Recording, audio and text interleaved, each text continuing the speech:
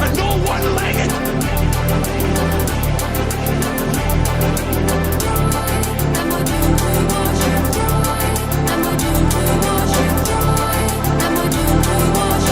Right me, Haji.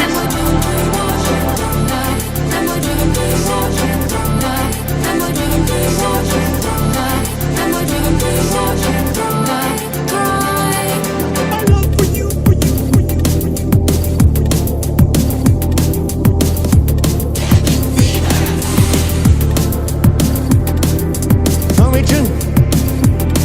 Good mate, Tommy Jim. On Jim. Tommy Jim. Good mate, Tommy Jim. And I see us. Tommy Jim. Back in your heart. Good mate, Tommy Jim. And I see us. On Jim. Tommy Jim. Back in your heart. Vanish all the good mate, Tommy Jim. And I see us. On Jim. Tommy Jim. Back in your heart. Good mate, Tommy Jim. And I see us. On Jim. Back Tommy Jim. Back in your heart. Good mate, Tommy Jim. And I see us. Tommy Jim. Back in your heart. Good mate, Tommy Jim. And I see us. On Jim. Tommy Jim. Back in your heart. Vanish all the good mate, Tommy Jim. And I see us. On Jim. Tommy Jim. Back in your heart. Good mate, Tommy Jim. And I see us. On Jim. Back Tommy Jim. Back in your heart. Good mate, Tommy Jim. And I see us. Roll the red hot gates.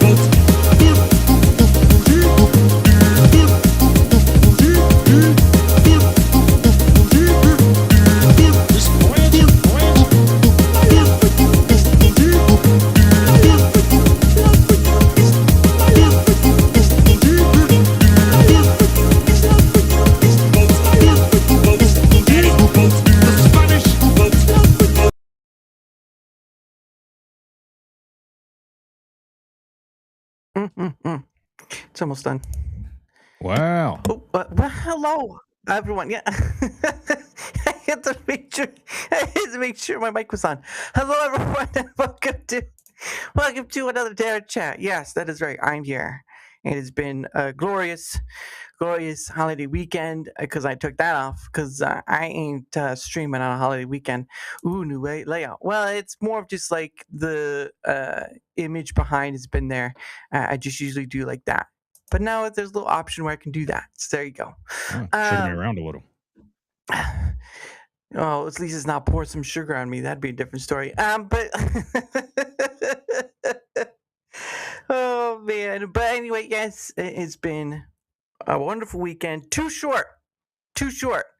But regardless, I am glad to be back. Of course, I won't be here tomorrow, but life stuff. So it is what it is. But anyway, I get to have on the man they call a down south legend, although he didn't play with a fiddle, the SwampGrit. Howdy. That's right. I play a fiddle. I play guitar. I play a lot of things. And they said the devil had to go down to Georgia for that one. Goodness sake. They just had to stop in Louisiana first, then they really got it. But anyway, how are you, good sir? Doing pretty good, brother. How about yourself? Oh, It has certainly been a nice weekend Yeah. to have off because you work long and then you're like, I need a break, and then a break arrives, and then it's like I've got to wait another month or two before the next holiday event. But that's Yeah. what vacation time is for. But other than that, it's been all right. And of course, for those who don't know, Swampy Grit was on the previous Rumble Squared, I believe, for the 18th one. Hold on. I believe it was for the 18th one. I got some pictures I can look at. I got Sounds some right. pictures to look at. No, nope, that was wrong. Not for that one. It was for 17. It was for the 17th Uh, one. Let me see. Yes, yep, episode 17. That's right. I was like, I can't. Was it the last one or was it the one before? No, it was the one before. Gesundheit. Thank you. But yeah, I was glad to, of course, get the man on. Obviously, the reason why I do Rumble Squared is to gather people's feedback and kind of see where people. Hey, the Fatal, how you doing? Nice to see you. But the point of the matter is, the reason why I do it is to see where, at least through a small group, see where people are at with Rumble, and kind of collect data along the way. Of course, as I showed off, yeah, it gets harder every time I go on vacation. Yeah, I hear you. But of course, it's also a time where I can show off the prediction chart, which of course kind of changed a bit with the 18th episode. But again, it's based upon public data that anyone can look at, and so that's always a fun thing. But I mean, so like, what are your thoughts on that? Like, I mean, I know you've been on the Rumble platform for a while, but like hmm to be invited to something that's sort of like a point of, I guess a point of feedback, data gathering. I mean, what was your opinion on that? Because I usually, if someone's been on, I usually ask, but like you don't have to answer if you don't want to. Opinion on the state of Rumble or opinion of someone else? No, just the Rumble Squared. Sorry, Oh, the Rumble I'm Square doing was Rumble. fantastic. Yeah. It's one of the best formats on Rumble. Okay, I'll stop doing that. But no, I did enjoy Mr. it a Trump, lot. thank you. Yeah, yeah. Mr. Trump is here to lay it down. It's one of the best formats out there. With my good Stroking my. friend, one of the best, Data Muthi. I don't know if the E is silent or not. Is the E silent? Is the E silent? Okay. It's Daramoose, but I just say Dara for short because people like Dara Mouth. Like, no. It's I'm sorry, we're past first grade. Hey, I think We you can should have get went with through that that. pronunciation. Dara Mouth. Nope. I'm just kidding. Nope. But You no, know. the Okay, go format ahead. of it was enjoyable. I liked it a lot, and that's coming from a creator's perspective, and from a viewer's perspective, it may be interesting to those who may be thinking of jumping into the ring and doing it themselves. Mhm. And just hearing other people's perspectives too, of their struggles and things of that nature, can add inspiration to me to maybe look into that or see if I can recreate it or understand their perspective as well. So Mhm. yeah, I liked it a lot.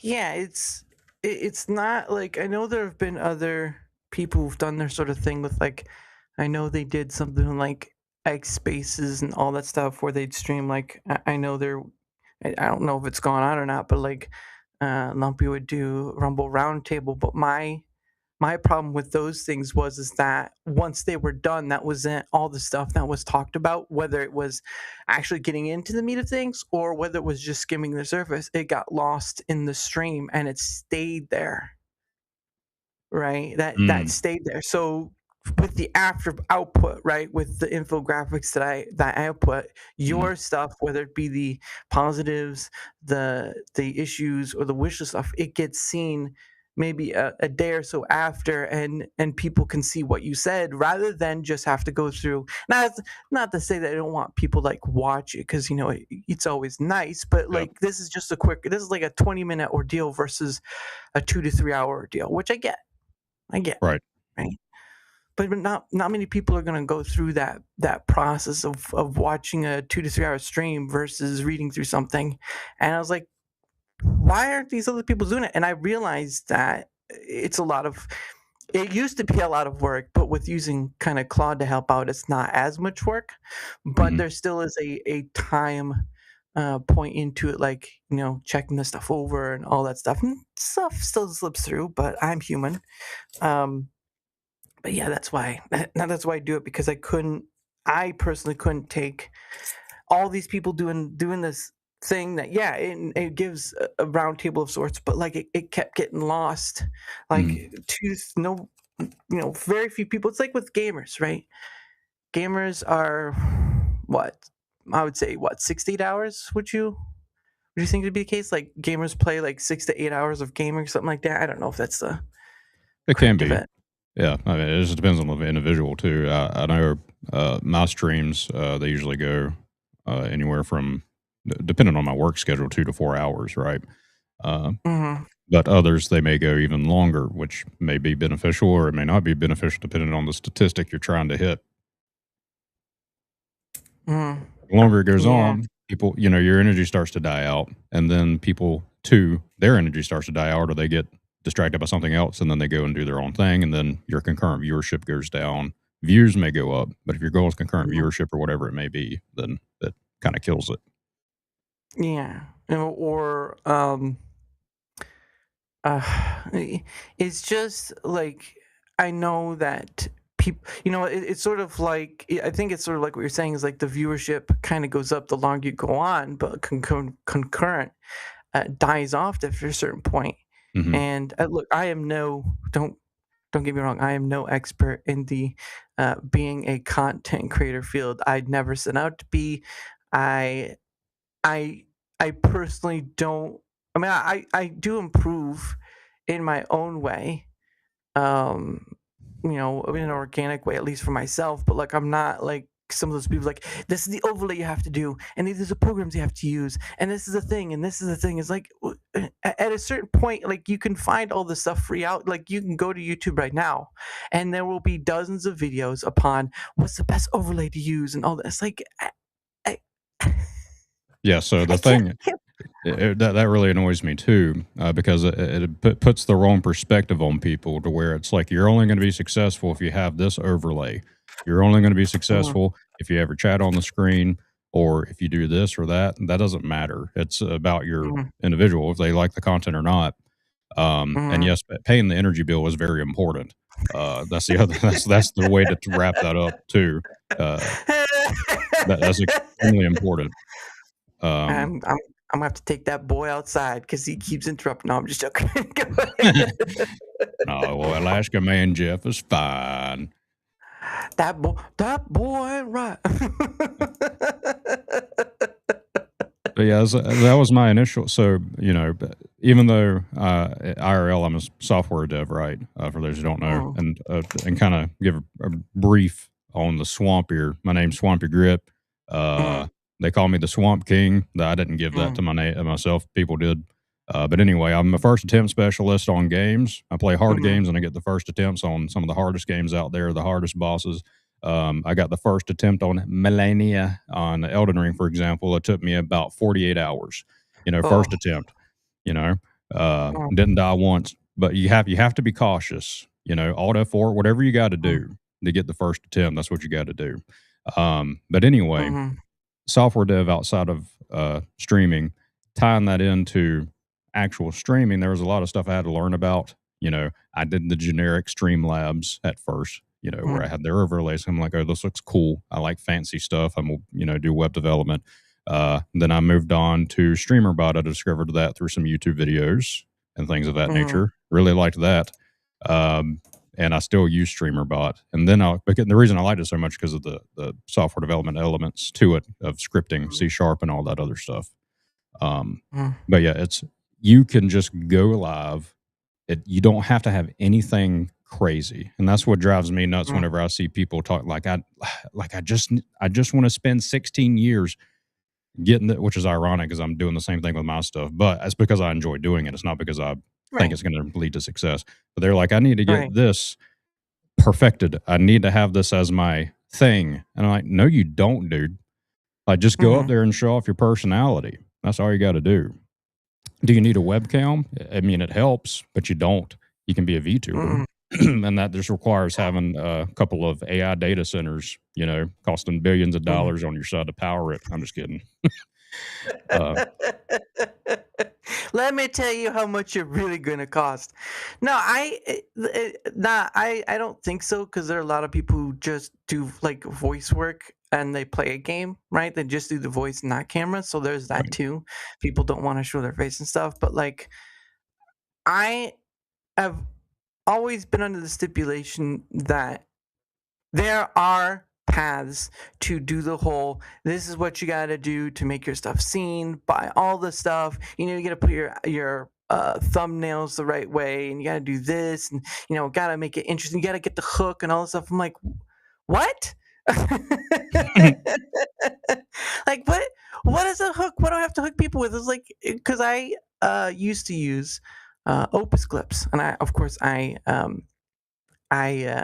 I eventually just found NGM Studios. He's a great dude, and I would give him some money to kind of like to go through my streams and find clips. And I'd rather trust him because he'll see things that I don't see, and Mm. I'd rather trust on that remark than um me going through Opus, because I was like, it was such a daunting task, and I would just go with what Opus gave me. Like, there's a rating system it has, and it'd be like, oh, this is 90, and then it go down the list of like what was the best, but that doesn't equate to like it will be gotten, because I think one of the things I think people downplay, but is still just as useful, is on YouTube, right? In the creator studio, YouTube will say that tags and hashtags play a minimal role, right? Mhm. They'll say it. The problem with that, though, is that I don't believe that's true, because those things can still be a form of hook for people to like find your stuff. And I'm not saying it's a straight to 100% guarantee. It's more of like it increases your odds. And where I'm not like, I'm not the one making the titles like the crazy whatever you see, or like this is the one thing you got to do in order to beat the game or something like that. I just can't do that. Like, my whole point with DaraChat is people being as they are, free to chat about whatever, because that's what we're here to do. It's nothing fancy, whatever. Although maybe one day I'll dress in the tux. We'll see. I will say though, to kind of tag on to what brother Financial Freedom there is saying, is he found it easier to edit without his videos without having a webcam, because he noticed it started to stagnate with Yeah. webcams, and that could be definitely true, because I've noticed that too. I did an experiment. Okay, so Hmm. some of my clips I posted with my face on it, got maybe 100 views or whatever, and then I Hmm. posted another clip, similar exact structure actually, without my Hmm. face on it, but I had me Hmm. talking, and it got over 10,000, 50,000 views. So it may have some type of indicator, because usually what people do, if you think about it, is if they don't see somebody famous on that page, whenever Yeah. they're not going to stop for your face unless they have seen you before or something of that nature. If they think you're just a nobody, Yeah. they're just going to keep on going. Hmm. Um, so, and to kind of roll back to what you're saying too about the hook and all this other stuff, the Hmm. reason it's pushed so much and the reason it gets overwhelming is because of how they push it so much. And you have to do this, you have to do that. I mean, you don't have to do Hmm. anything. Um, However, there's a reason that these call centers, because I used to work at a call center when I was in college, Oh, and wow. they honed in on a script, cold calls. Mm. Okay. So Yeah. they honed in on that thing. Now they give you the script, they tell you this is what you got to do, but you go out there and you Hmm. do what they tell you to do, and it doesn't work. And then you go to Hmm. your trainer and and you tell them, look, I did what you told me to do, but it didn't work. Okay, but Hmm. did you actually do what you're supposed to do? That's the trick. Hmm. Is you're given the script, but you can't just read the manual. You're going to put people to sleep. So you got to figure out, once you have that script, you got to put your personality into it. So going back to what I was saying, just go live. It doesn't matter what you got up there. As long as you got a personality, you're fine. Hmm. Right. And yeah, it's one of those things where, um, more than that, if you're not famous or well known or whatever, I mean, even you could still build that Right. You can still build that, but oh yeah, and Fatal says, they look at your face of they find you ugly. That's it. And that's true. I mean, to some degree, I think it's true. Sometimes it can vary, but Yes. I've just I've just been one of those people that I came into it not knowing what I wanted to do with it. Then through process of like doing something, I found that area. I won't say niche. I just found an area that says, well, I'm not seeing any other content creator do it. And I'm like, and there's so many people that these people get follows and stuff. I'm like, it's all right there. It's all open to take. And of course, you can point to Joe Rogan or whatever, because that's right there. But it's like to the degree I'm doing it, I've not seen anyone on par. I mean, I can be wrong. I can't watch everyone, Yep. but it was a freeing factor of like it was a freeing factor of being able to just not have anything um, centered around topics, because I've watched a lot of content. Again, content creation should be what you want to do with it. Don't listen to me. I'm just here giving my perspective. Um, it's most of the time it's about a certain topic, politics, gaming, all that stuff, and I'm just like, after seeing like 1,000 other people talk about something, about the same thing, I'm like, do I really need to join that boat? Let's talk about how the Republicans and Democrats are doing wrong. Let's talk about how gaming EA is doing people wrong. Let's talk about, like, yeah, 1,000 other people are talking about it, but like what's really changed from those conversations? And I'd rather be free to go wherever, because when you're giving, I think to some regard, when you're given a wide open space and you're just told to go, right? And that's a little scary. I get that, right? It's a little scary to be in an open space and you're just told to go. It's like, but where? Where do I go? I think more times than not, people can can find a freeing presence in that regard. But that's just my perspective. Yes. I mean, it's a Let's great see. perspective. And if you, so it's what people are looking up. And if you want to take a conspiracy theory route, which I kind of align with agreeing with, and there's some proof of it being Mm, true, is you have particular elements out there that are being purposely pushed, and it may be by mm, bots that are set up to push certain topics to cause outrage in certain subsectors of content, if you mm, will. And then there's others that may be mm, trying to push a particular product or whatever it may be. It's all unnatural, and it makes it very hard. And that's whenever, kind of reading Brother Financial Freedom's comment of saying, I just kind of gave up the content creation and making 2 videos a month on yeah. dividends.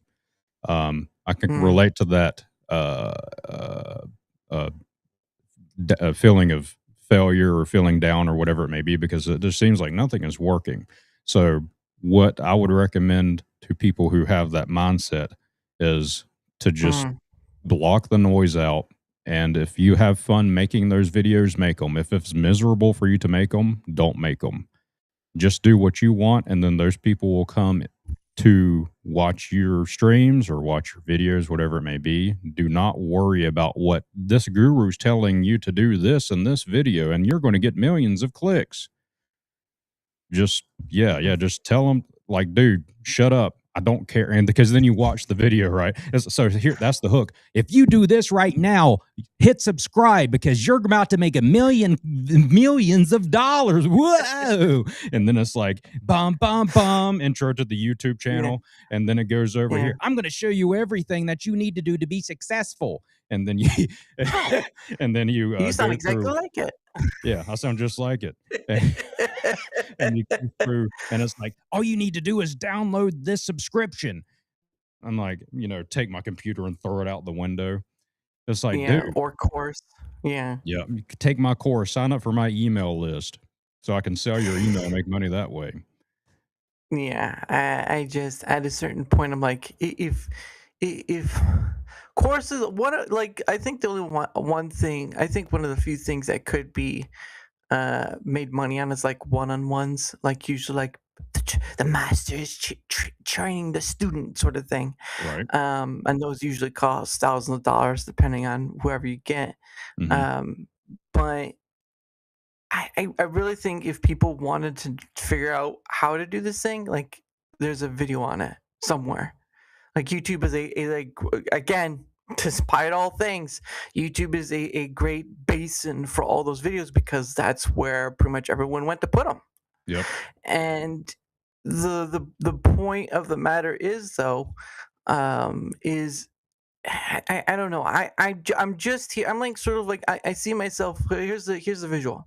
I'm on a beach and I'm building a sandcastle, and there are a lot of people that can come and help add their piece to it and all that sort of stuff. You'll have Uh-huh. someone like Pudge TV over there, Laskman over there, all sorts of stuff. These people have come to add their Yeah. point to the sandcastle. Now, off in the distance, you see other people building their sandcastle and all this stuff, and of course, you also see the social media part of it too, with all the drama and bits and everything in between in it, and the personal hypocrisies, all the stuff that just goes along with all whatever this content creation is. And I'm just over here like, would you like to be a part of this thing? It's real simple, real easy.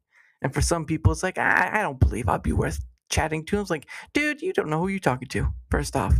And it just kind of goes from there. I don't know. I feel like that is why I'm on the outskirts of all this, is because my viewpoint is this thing called content creation is just so oversaturated no matter where you go, that to call yourself the most individual of all is kind of ironic, because you can go somewhere else and you probably could find someone similar doing it. Well, and that goes for me too. Like there could be someone out there doing something similar, but I haven't discovered them yet. So it's just one of those things.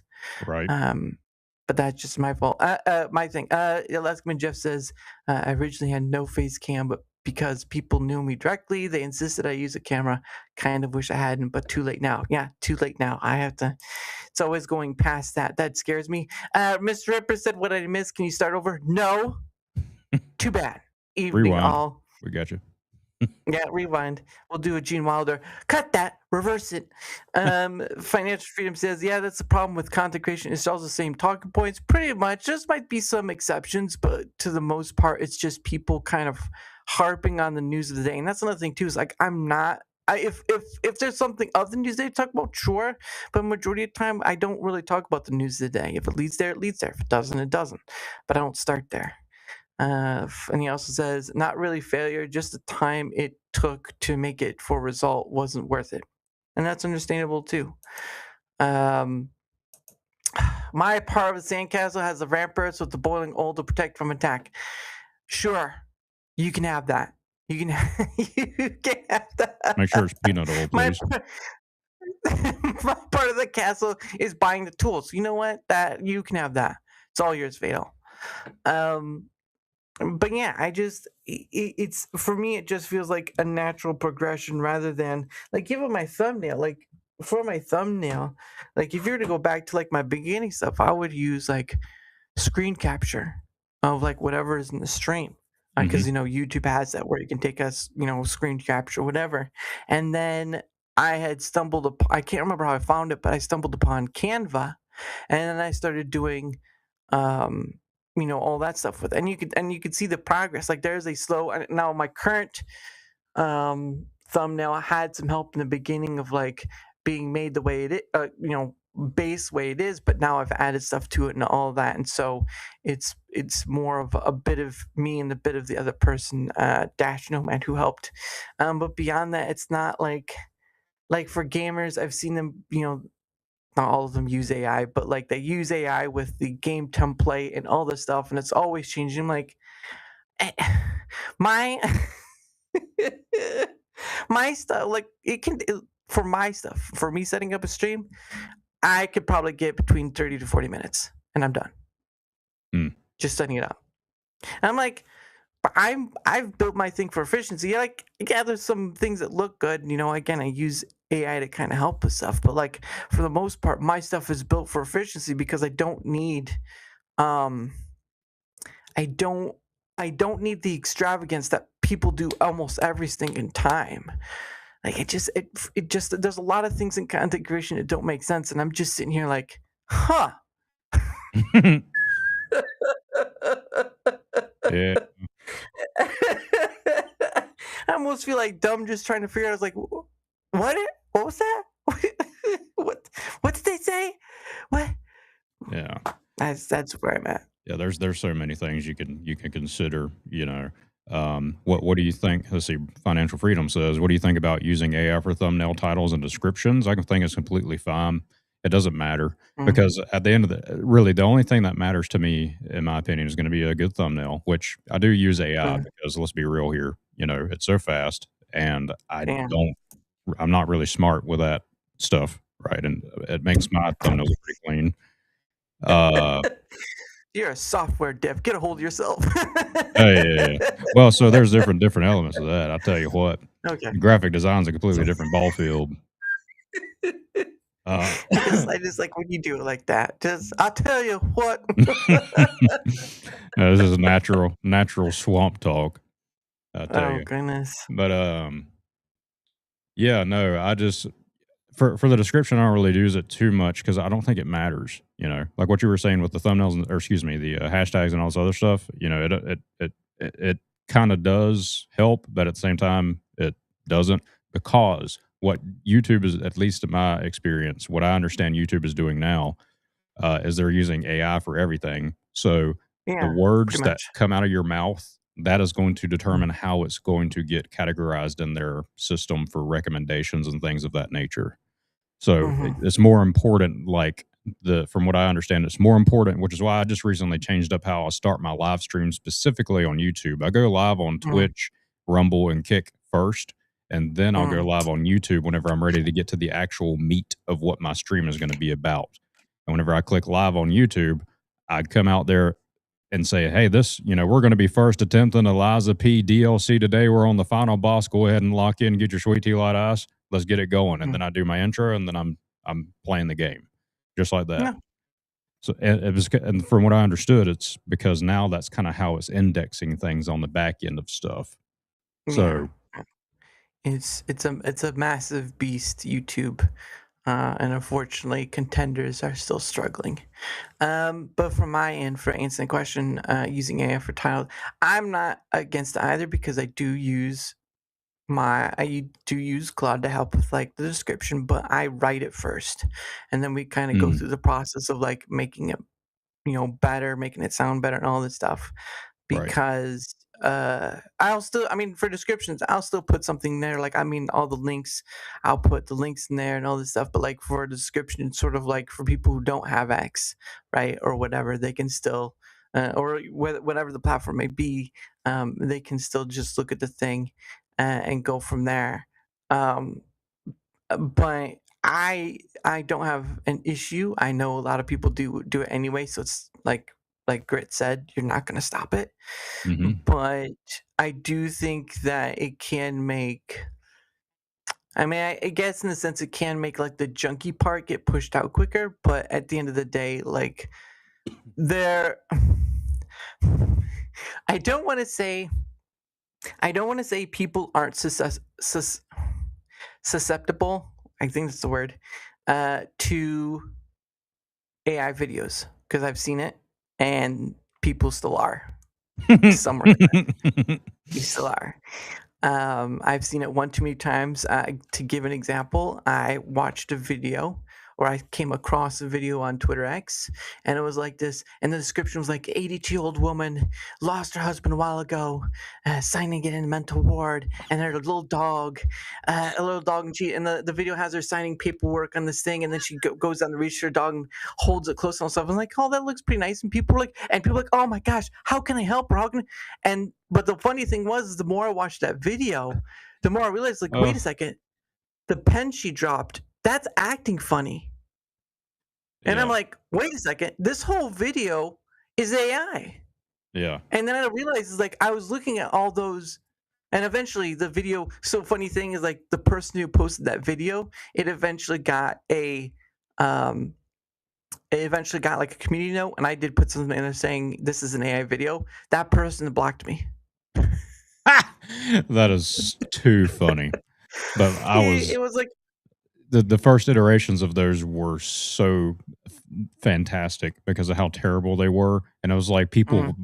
I would laugh so hard at the comments because they were. Had to been like 70-year-old grandmas or something like that. Like, oh my god, I pray for this little puppy that got hit by the car, and I'm like, how mm, do you think this is real? The dog was talking to the mm. baby. It was like one of those videos where where the dog like rescued the baby by running on his like it was a Pixar movie, and he picked up the baby and saved it Yeah. from getting hit by a semi truck, but it got hit by the semi truck, and the family goes around it crying or whatever. And Mm, there's people like saying sending prayers for the dog, and I'm like, what are y'all doing? Are y'all just yeah. taking like a mass amount of some type of substance and then just going to YouTube Shorts and watching these videos thinking they're real? Mm. So crazy. Yeah, it's one of those things. And Mr. Rippers said most people don't read the descriptions unless Yeah, there's a call to action. true. That I can understand. I think financial Fido says I think for people who can't afford pay someone for thumbnails or have the hours to make one as AI is ideal. It didn't take it, it probably took the person who made the base of my thumbnail hours, but like beyond that, it doesn't like with Canva, it's so easy to move stuff around, add stuff and all that that it just depends on the program you use and how well you know the program because that is another part of that too. Ripper says my thumbs are part AI, part manual labor, which is fine. Fatal says, let me ask you, do you think it's good to add videos to Rumble that don't have? I started making lyric music videos. I did it. I've made some songs on Suno and if you're paying for like their base one was like $10 a month, like you can have the option of downloading that song to a sort of like a lyric video, and I did that mostly for TikTok because I just in Canva, all I did was I take the song and I made a thumbnail looking thing or art cover, sorry, album art cover thing, and I just put it with the song, and it just stretched the whole song like a moment to a lifetime is basically what that is. It's just a song, and then the picture just goes along with it. Um, but I say go for it. I say why not? If I use Suno, but I kind of stopped paying for that, so it is what it is. Lastman Jeff says people are stupid and gullible. One of the biggest reasons I'm against AI. Well, not all people are stupid and gullible. Many are, but many are not, and so that kind of has to be taken with the grain of salt. It is I'm stupid and because gullible. it harm people. I know. Well, you're a man of the swamp. There's things that go along with that. Because I harm people I know, which is understandable, right? That will make you a person that's very adamant against. And I'm not trying to downplay or whatever, but I'm like, you also understand that not everyone is fooled by the AI. I'm not. Maybe for a little while, and then I'm like, wait a second, hold on here, something's wrong. But I can understand what you mean. Hey, Greg, what's up? Nice to see you. How you doing, New Gen? Nice to see you as well. Enjoying this and listening. Well, thank you. I much appreciated. Um, but yeah, I've been using um I don't I've again using Canva, which they do have their AI thing now with Canva. I haven't used the AI in there, but majority of it is just my thumbnail set to where I can just switch out the guest picture, change the date and time, done if need be. And that's it, right? That's I said about 30 to 40 minutes takes me each time to set up for a new stream. Um, and that's where I put it as that efficiency factor. Now, some people are like, well, that means you're not putting the effort and the time into it. It's like I put in enough effort and time to get it down to 30 to 40 minutes where other content creators set up on the day of their stream. Hmm. Swampy Grit got the link the day before.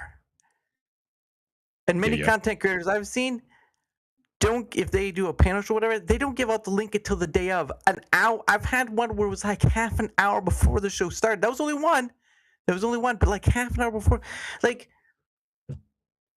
if you know you're gonna do a show, just make it already, and it saves you so much time and hassle. Like it's a stress factor for both sides, right? Yeah, that's I true. just again, there's some things about content creation I don't get. Still foreign to me. Still foreign to me.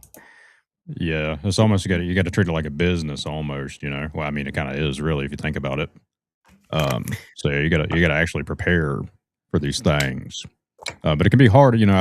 I can understand, and I am more of a uh, don't make an excuse, find a solution type of fella, you know. However, I Mm, can relate to the brothers that say, "Well, I work full time and I yeah. also do this, but I don't care. I do too, Mm, so I don't want to mm, hear your crybaby excuse."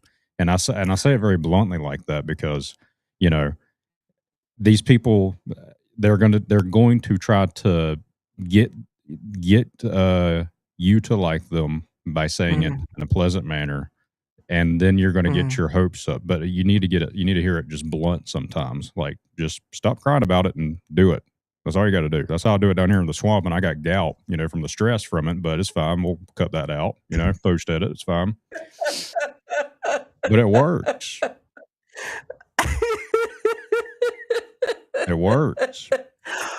Hold on, Marlene. I got gout. I gotta get this off before my stream starts. Give me some No, tart cherry juice, please. It's flaring where's bad. I that need to. Where's that gasoline at, Marlene? Let's just put my foot in there. Um, no, I get that. I think my thing is, and I've stated this in the past too, is like I when people say it's hard, I kind of now again this is only speaking from my experience. So again, everyone's experience is going to be a bit different. There might be similarities, but there will be variables too. My thing has always been content creation is as hard or as easy as you want it to be. And the reason for that difference is the tools that are available out there for pretty much everyone to use. I mean, there are some paid for ones, all right? I get it. Canva has a free version, they have a paid version, but usually with a free version has a lot of the ability to use. But like, I get the understanding that not everyone could pay for things. But like for me, I've I've I just use what's out there. I paid for Opus Clips, I paid for that kind of stuff. But like at the end of the day, there's still plenty of free tools out there, and it's crazy if you just do a little research. Google or Brave Search, whatever you want to use, is your friend in that regard. But I get it. Well, again, content creation, easy, hard. They both live within the same realm. Hmm. Have you seen or heard about those clip farmers? You heard about that? I think I remember seeing something about like I know in the past I've seen people who clip others people's stuff. Like there would be a content creator who has their stuff clipped, and most people will do it for free, right? Like some Yeah. certain some VTubers get their stuff clipped, whatever. That's what I've seen. I know there was some about like Kick pays clippers to clip stuff, but I'm not sure what the dealio is with that. But beyond that scope, I just see it as like people clip other people's stuff. But I mean, I've seen it with TV shows. You can go to YouTube. TV shows are clipped to death, mind you, to death. It's crazy. It really is. Yeah. And that thing that I was reading about that, I can't remember what creator or plural creators it was. But what they did is they had like a private Discord that nobody really knew about, I guess, except for the Mm, Clippers, I suppose. But he had like thousands of people in there, and their sole job, the only job for them was to make clips from this guy's live stream and post it on their socials in a manner of like they're not on his account, they're on their account mm, to cause a natural outreach and cause it to essentially rig the algorithm to push out his content because there is so much of it. And he was paying these mm, people. I think he was spending like $20,000 a month to get these people, but he was mm, getting his return on investment because it was causing him to grow and get attention. But it was mm. just that was the wildest thing I had seen people do. And I'm like, that I mean, I get it because that's kind of smart, but I was like, Yeah, holy moly, that's crazy. it is. It's a lot of work, but I can understand why someone does it.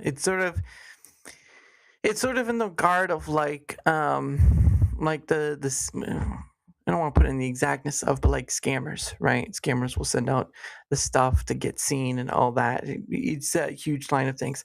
Um, but yeah, it, especially when it comes with that, it's like you could see a lot of that in the regard of people wanting to get paid, and they have to do as much as they can to get the engagement in order for getting that payment. Again, All right. people on X will post, "I got paid this amount of money." Not everyone, but many people have posted on X like, "This Hmm. is what I got this month," or whatever, because of my haters and all this stuff. I'm like, congratulations. Can we not? I mean, Yeah, like that's the only I don't way. understand.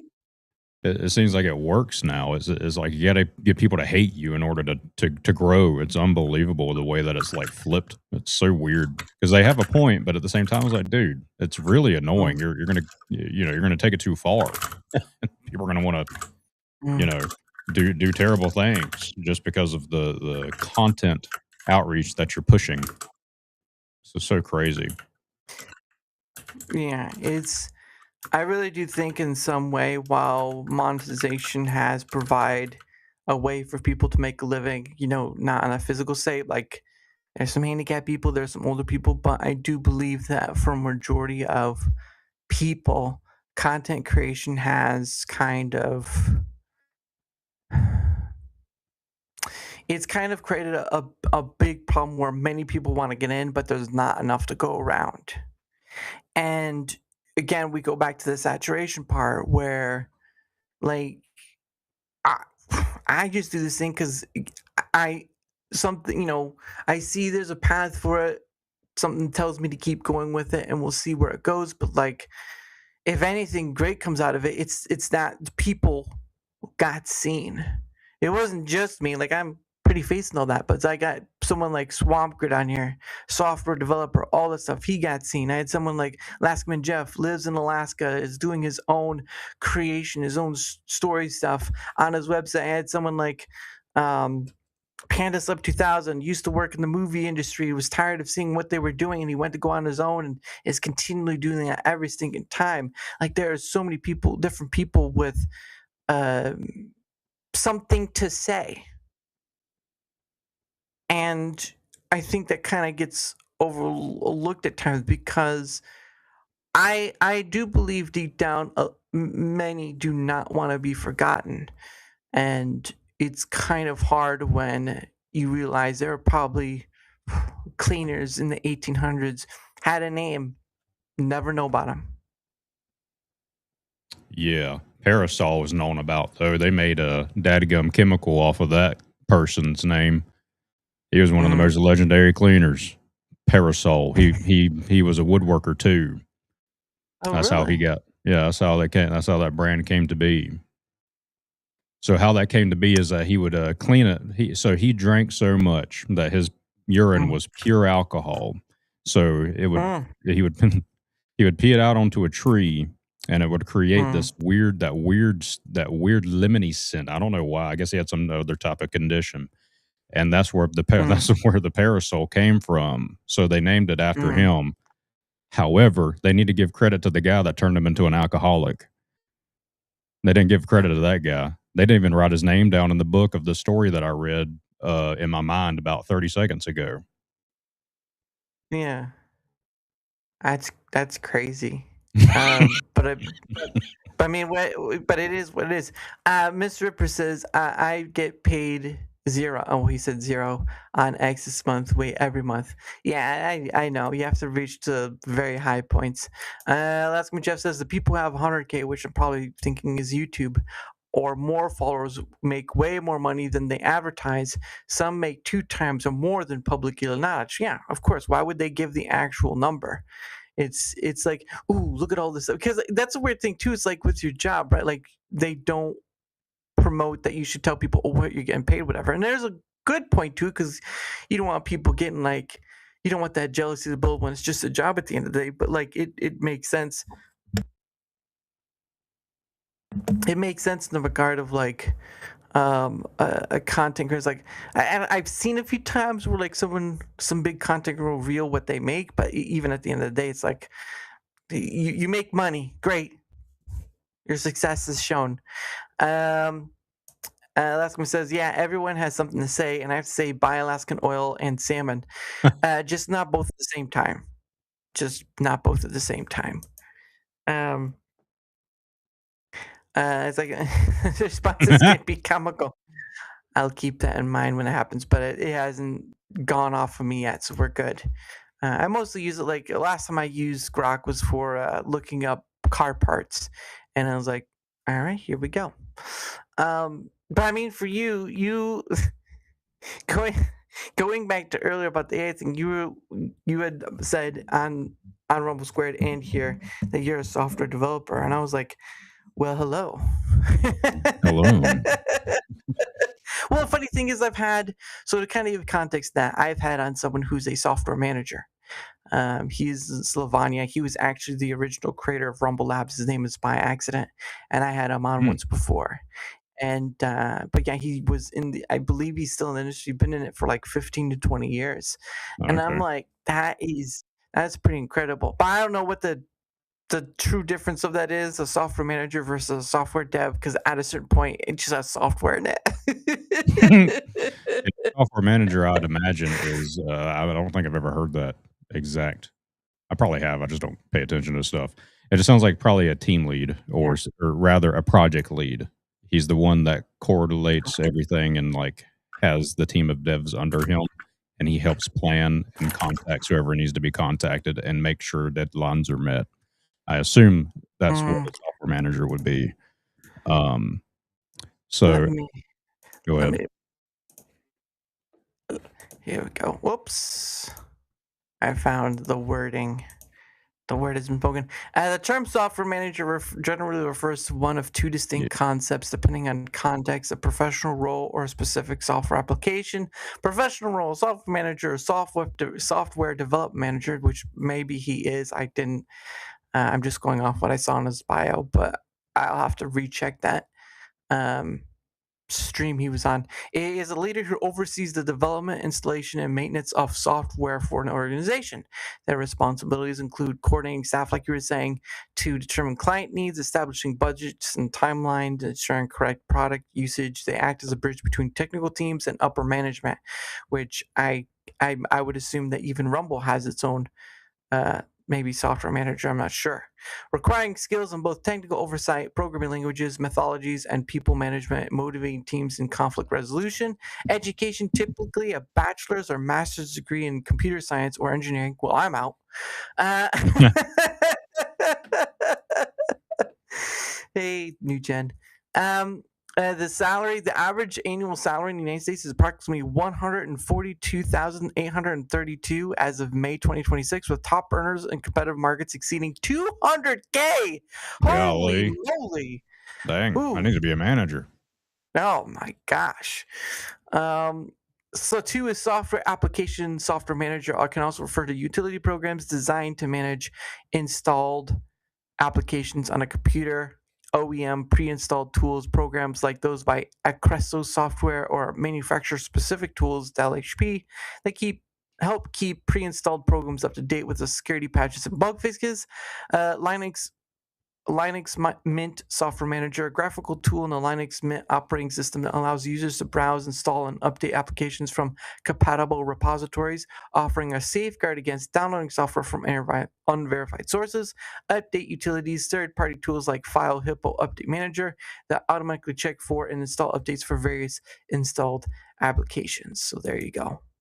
That is very nice. That is the 2 points of hey, Camp. How's it going? Nice to see you, good sir. Where was it at? Thank you. But yeah, that's someone I know. I know people who like Tomby and what he does and all that stuff. It's just there's a lot of tech people I know, but how did that even come about for you and being a software developer? Like that's especially like, wait, you're from the South and you're a software developer. I'm like, did a crocodile teach you what the heck's going on here? Yeah, crocodile bit my head and I had my wires rerouted. You know, it was like, oh, I wanted to be a welder, Peggy, but all of a sudden after that gator god dang about took my head off, now I want to go be a Bobby. What are you doing, Bobby? Take the dress off, Bobby. Stop. God dang it, boy, that boy ain't right. That boy ain't right. But like, thank you for that. But like, what got you there? Basically, what Yeah, brought sure. you to be the software developer? So we got to go far back now, and that's fine. You know, we got about a couple One- of what do we? How long is this live stream? About 8 hours? I'm just kidding. 1,000 years ago, far back in the day and age of the dinosaurs. Yes, they called me. They called me the itchy one. I had eczema and scaly skin, similar to that of the gator whom almost took my life. Oh, that's gonna come with a lot of different points. The itchy one. I also had crabs for dinner. Mmm. Good save, good save, good save indeed. Oh Lord. Jeez Louise. I know. man. From almost in the womb. I'm talking probably. I was probably 3 months old or something like that. They got a picture of me playing a video game. I've been a gamer my entire life. Wow. So therefore, my interest in tech has always been there. As I progressed through elementary and the middle school, high school, and all this other stuff, I began to have issues with my consoles to where the disc would not read or the cartridge would not work anymore. And that made me very, very angry as a autistic boy. That made me very angry. My routine was thrown off as an autistic boy, an untreated ADHD autistic boy. I was very, very upset that I could not play Yoshi's Island. Yoshi's Island could not be played anymore. Anyway, so I would open up the console, and I did that without obviously internet or anything of that nature. I did not have internet growing up in my swamp house. There's still not internet access out there except for like hotspots or whatever. So I opened it up and I figured out, you know, the internal components with the help of my dad, of whom Swamp Dad, he worked on them their AC units and stuff. He still does. So he knew how to take stuff apart and get it working. So he kind of guided me there, and then I figured out how to clean the eye of the PlayStation, for example, and make sure that the disc would work and put it back in, and then I was able to play, you know, whatever I was trying to play. Keep going. I was very stupid in school. So stupid. I didn't care. However, this is very odd too. The very odd thing. I do not care about sports at all. No interest whatsoever. They always wanted me to go play football because, wow, Swampy, your first attempts are crazy. You need to get out there on the field, boy. You need to get out on that field, boy. Get out there and play that football. You need to be a lineman. And then I'm, you know, a little stupid. I was like, why do they want me to be a lemon? That's not even our mascot. So all of my interests were completely different than the other brothers in the swamp. Okay. Graduated, went to school for information security and networking because I saw that there was money in that, and I already would learn how to like access networks and stuff on the school computers network. We're not going to talk too much about that. From there, you know, I was like, that's cool. Got my degrees in that, associate degrees. And then I determined, okay, there's really nothing around here because there's no computers, you know, to work on in the swamp, you know. So I couldn't really find a job. So I went back and got my bachelor's in computer science. So really, it was just all building up to that. It wasn't anything in particular. It's just my personality of the type of person, you know, type of things I liked, you know. Right. And essentially, another piece I missed, I was very much into music. That's why I make music. And I use Suno a lot, like you said that you use. I actually have an album I'm going to be releasing August 14th. I've been working on it Nice. for over a year. I utilize Mhm. Suno, but it's not like in the ways of, I just go in there and type, Yeah. spit out music. It's my own riffs that I wrote, but I constructed the other elements using AI, Mhm. fighting it over and over again. But anyway, originally wanted to be a music major. Why did I not Mhm. do that? Because I realized I didn't want to be poor forever. Right. Because music majors, it's very higher, very low chance you're going to be successful on that, right? So you got to be kind of cautious.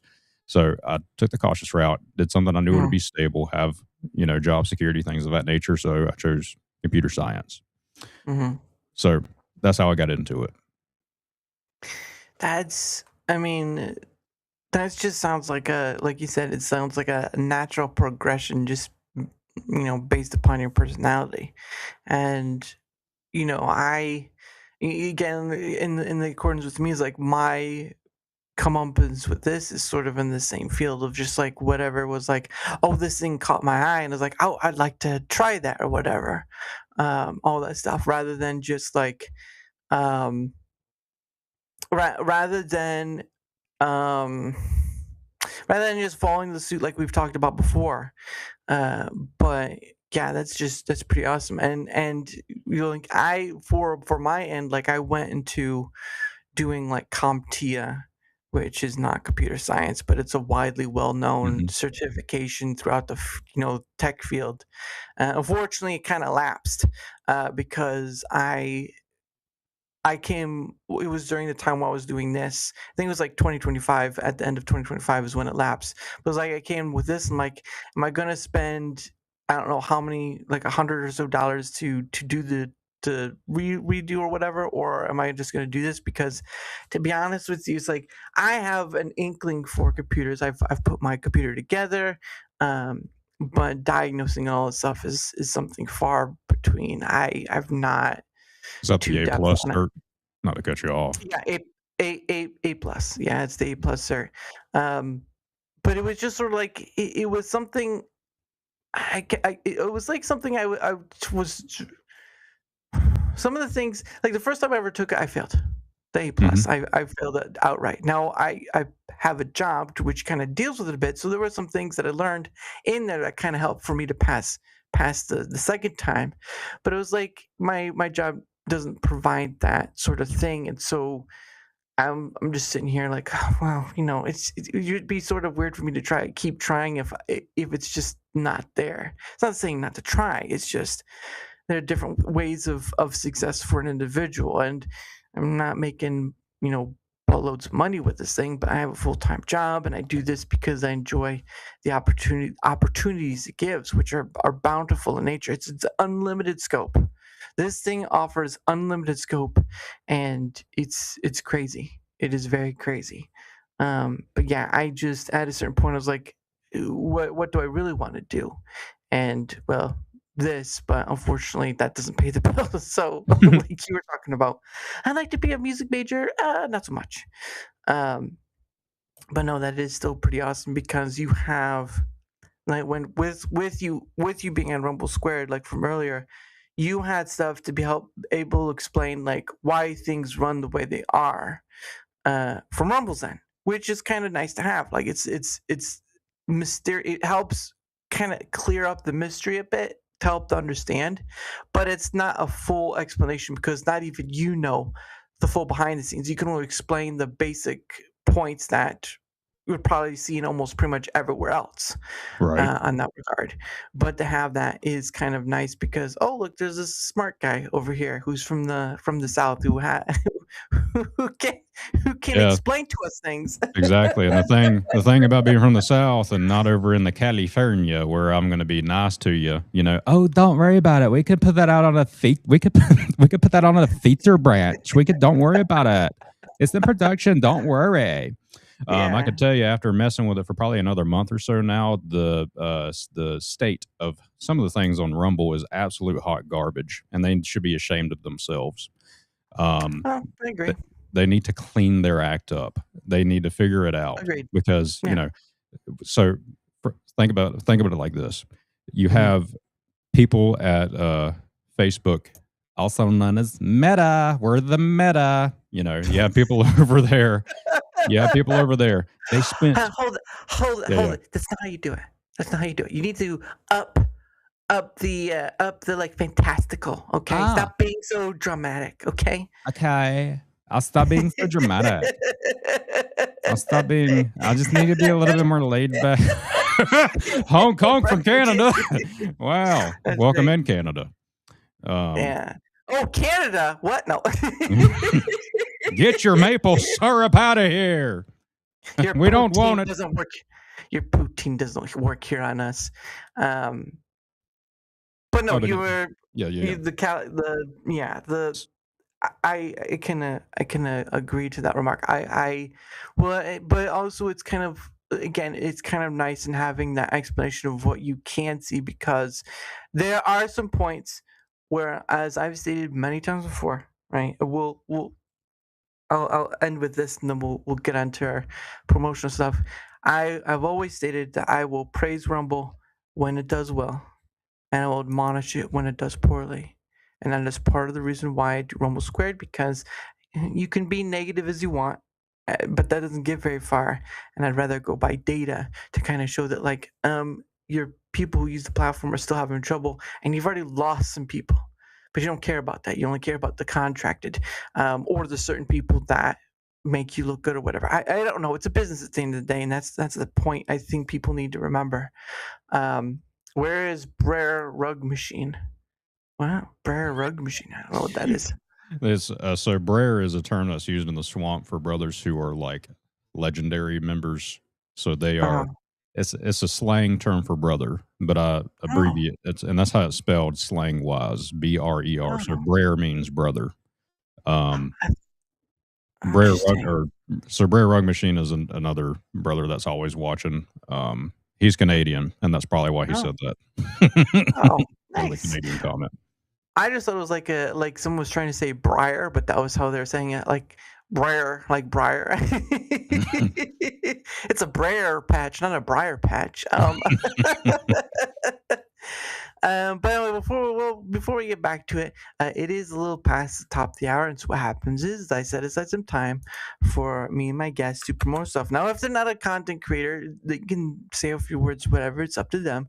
But I do have from last time your link, good sir. So if you want to promote your stuff, the floor is yours. Sure. Well, my name's SwampGrit, and the brothers in the swamp call me the Swamp King. I didn't do that. That was given to me. That's how back in the day, a couple of years ago, I got Mhm. monetized on the YouTubes from playing Black Myth Wukong. Had 3,000 concurrent viewers at once. Wow. My shorts blew up, and they tied into the live. Unbelievable moment. I found a lot of the core members of my current brotherhood, Swampy Brotherhood, the Swampers, whatever Mhm. term you want to use, uh, on there. That's how how it kind of got the start. So what do Uh, I do? I'm a first attempt specialist. So first attempting means going in there, getting it done first attempt, which I'm very good at in video games. I nice. play some very challenging games, Souls-like action RPGs, whatever. It doesn't matter. If it's a challenge, I'm going to take it and get it done on the first attempt. For example, one of the best, most known examples probably would be Melania, excuse me, in Elden Ring, right? Mhm. Super hard boss. I first attempted her. It only took me about 40 hours to get her first attempt, first time, no deaths, alt F4, whatever you need to do to get the first attempt, we get her done. Mhm. Other things I do, like brother Daramuth and I've been talking about, I'm a software dev real life. So these overlays that you see on my streams and stuff, I developed them myself. Mhm. I use vibe coding. I don't care if you want to call it vibe coding. It's technically not because I do other things in order to utilize AI to make it faster because I Mhm. work all day. I don't want to come home and continue to work all night. So I help Mhm. make it faster because I know what I'm doing. Thirdly, I use AI to make music. Have a new album coming out August 14th. Um, Nice. Title of that is The Swamp King. It is a Mhm. little bit more of swamp lore. I have one out there Mhm. already in the process of switching providers out, so I don't know if they're actually out and about to where you can listen to it right now. Mhm. And that's one of the reasons this album got delayed. Uh, Mhm. so you can go to that link that's on stream, but I actually have a new site up, swampygrit.tv, that'll have all my Ah, socials there too. okay. Uh, So whichever one, it don't matter. They'll have all the updated socials on them. So does that mean this one still works then? Yeah, it should still work. Yeah. Okay. Okay, because that's the only one you had. Well, I took this when I Yeah. invited you on Rumble Squared, so it was like it's from your bio basically. Yeah. On Yeah. That was X. like, yeah. This is very Okay. probably maybe a month ago, if that. I got Okay. this site put up for myself. So Yeah, just let me. If it does switch, just let me know, because usually when that happens, like it breaks everything. So, it is what it is. But again, like you said, all his stuff is in there. I've seen it do play guitar. Actually, funny enough, while the end song was playing, I think he was trying to play it or whatever when he was on last Rumble Squared. So, and again, those songs that I've created are using Suno, but they're using my words from poems I've had for quite a while ago, and that's there are a few I haven't even done or finished yet, because it's just there's always that little thing that gets you like, God dang it.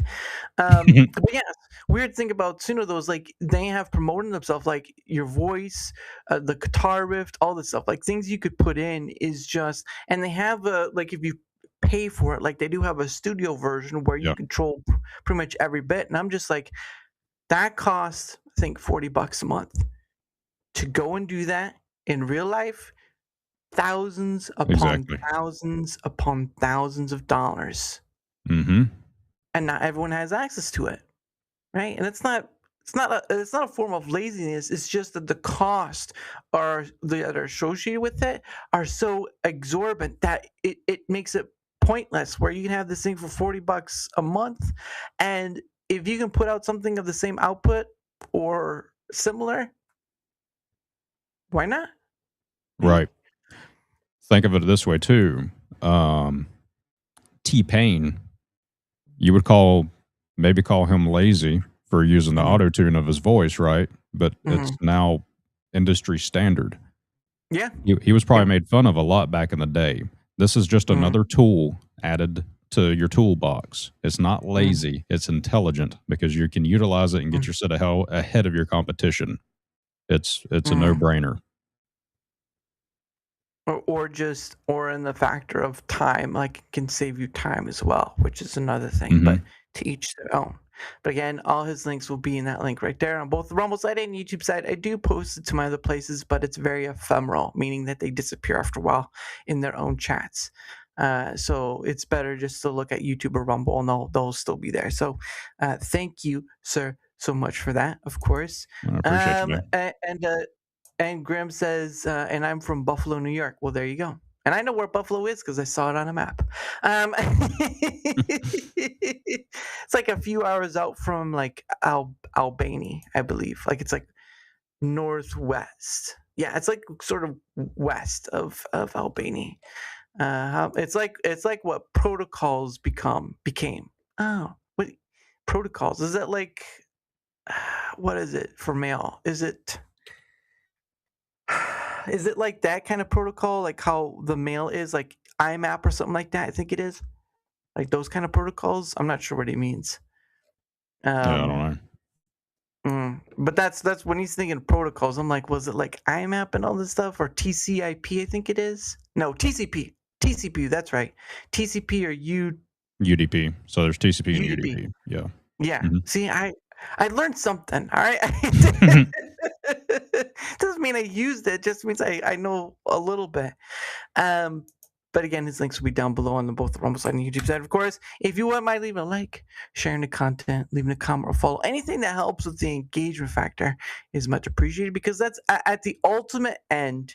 That's what that is those comments, the likes, the sharing the content out there. It is called the engagement factor, the all-encompassing of it. And because they easily just do like what YouTubers do, right?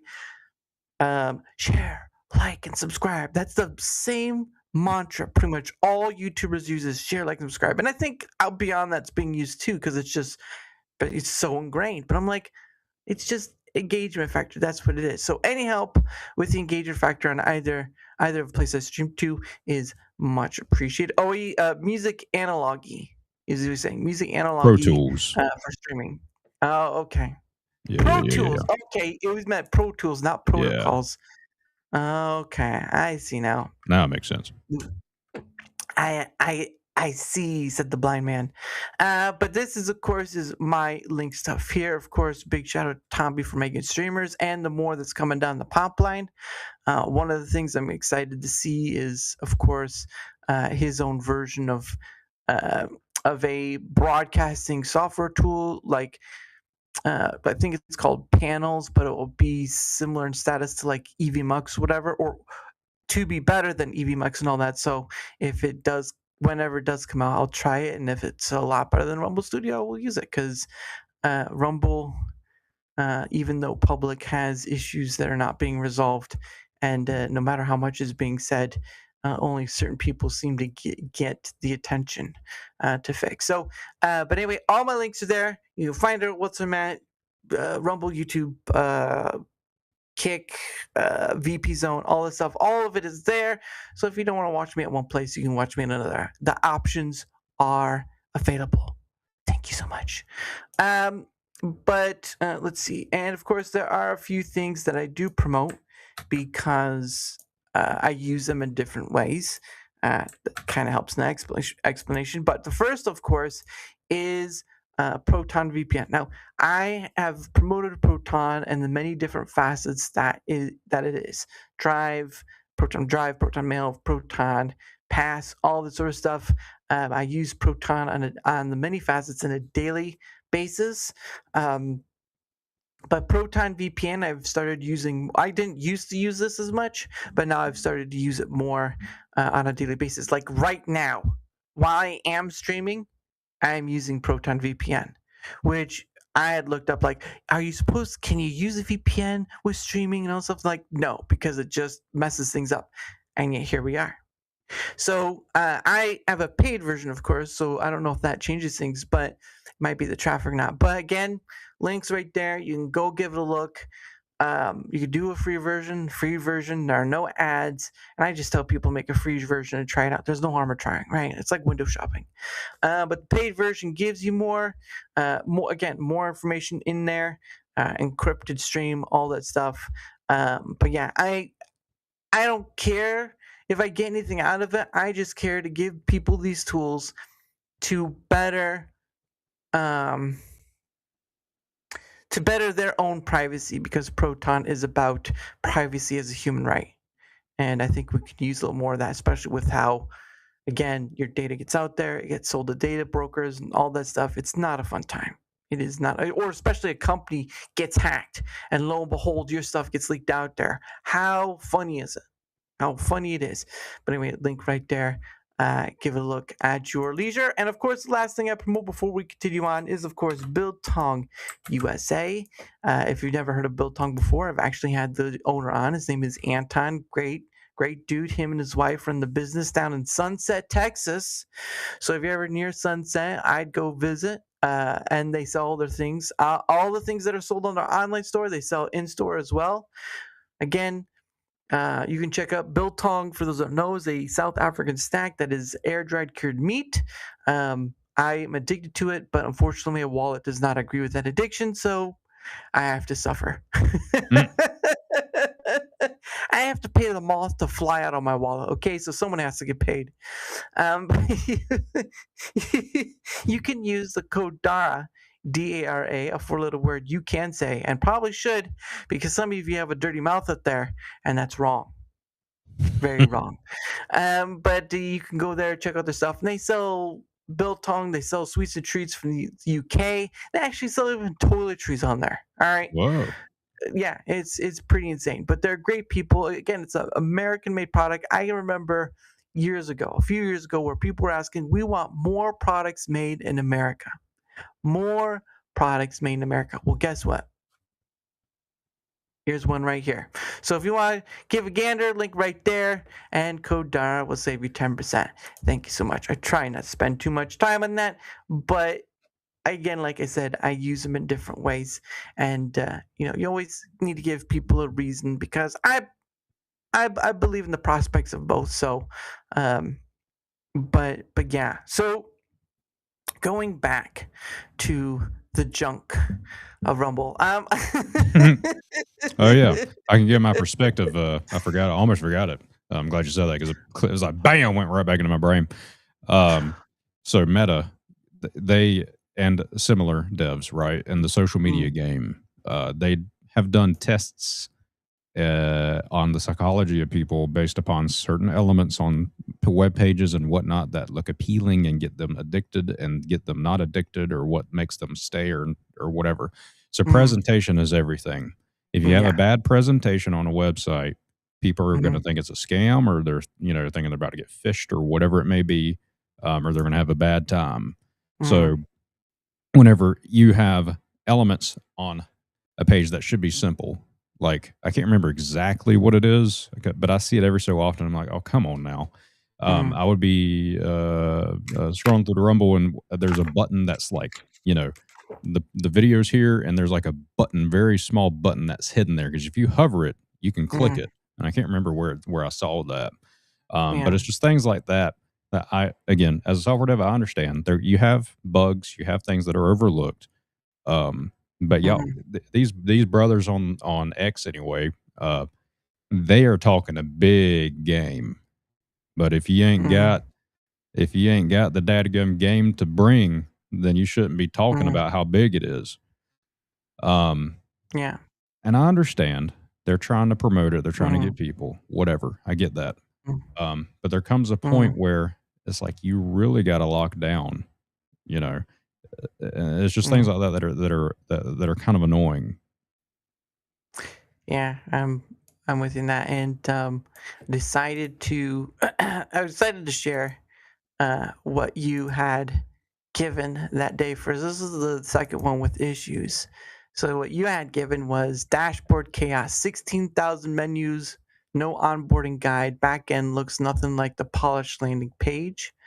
Multi-streaming connection drops. Twitch sometimes fails when going live through Studio. Had 20 to 30 minutes of dead stream without realizing. Architectural trade-offs. Backend first build and chat polling explained why Rumble feels slower than Twitch. Cost-driven, not carelessness. And that was sort of like your end of things in the regard of what you saw, because again, you have experience. Now again, you don't know the full back end because they're not going to show everything. You only get like whatever can be seen without, before you step into the illegal side, right? But it's like it's like we said, the hype, and this is what I've said in regard of, is like the hype doesn't match the reality. And again, a lot of platforms play this game, right? It's not like, oh, here's the differentiation, here's this, here's that, like this is what we do and all this stuff. But like when you are trying to compete against YouTube, which again is still king of platforms, or Twitch, they've had long enough time, they have big backers, and people are so used to them that there's an understandability of why it would be difficult to move over. But the problem of it is that the regard of you're hyping yourself to a point where your stuff does not match that reality. And I can't tell how many times where the promises made are not always kept. Right? We got a Rumble wallet. Great. What about the stabilization and optimization of Canvas 2.0? What about making that better? What about making that, like right now, when I switch over to the media tab, it causes lag. And I've told them this before. I gave it to support and said, hey, I lag whenever I switch over or whatever. Or whenever I switch over, my videos in the media tab have to load in before I can see them play. Now, they'll be fine to all the guests and all of you out there. You'll be able to see the stream just fine. There may be hiccups, depending on internet traffic, whatever. But like majority of the time, I can't see the video play on the same time as it's playing out there. It usually takes a few minutes, and I can't see. I have to watch the other stream. That's why I have other streams pulled up. And so there's that factor too of like, I can give them the information and all this stuff, but not hearing a thing. And that's where I just stopped. I at one point was giving them the information of saying, here's all the stuff I've collected, also, trying to be helpful, trying to be nice about it. But then at a point I was like, you know what? I'm not getting heard, or if I am getting heard, there's no response back. So you know what? Instead of doing all this stuff for them, I'm just going to do it for the people so they don't feel like they're the only one out there.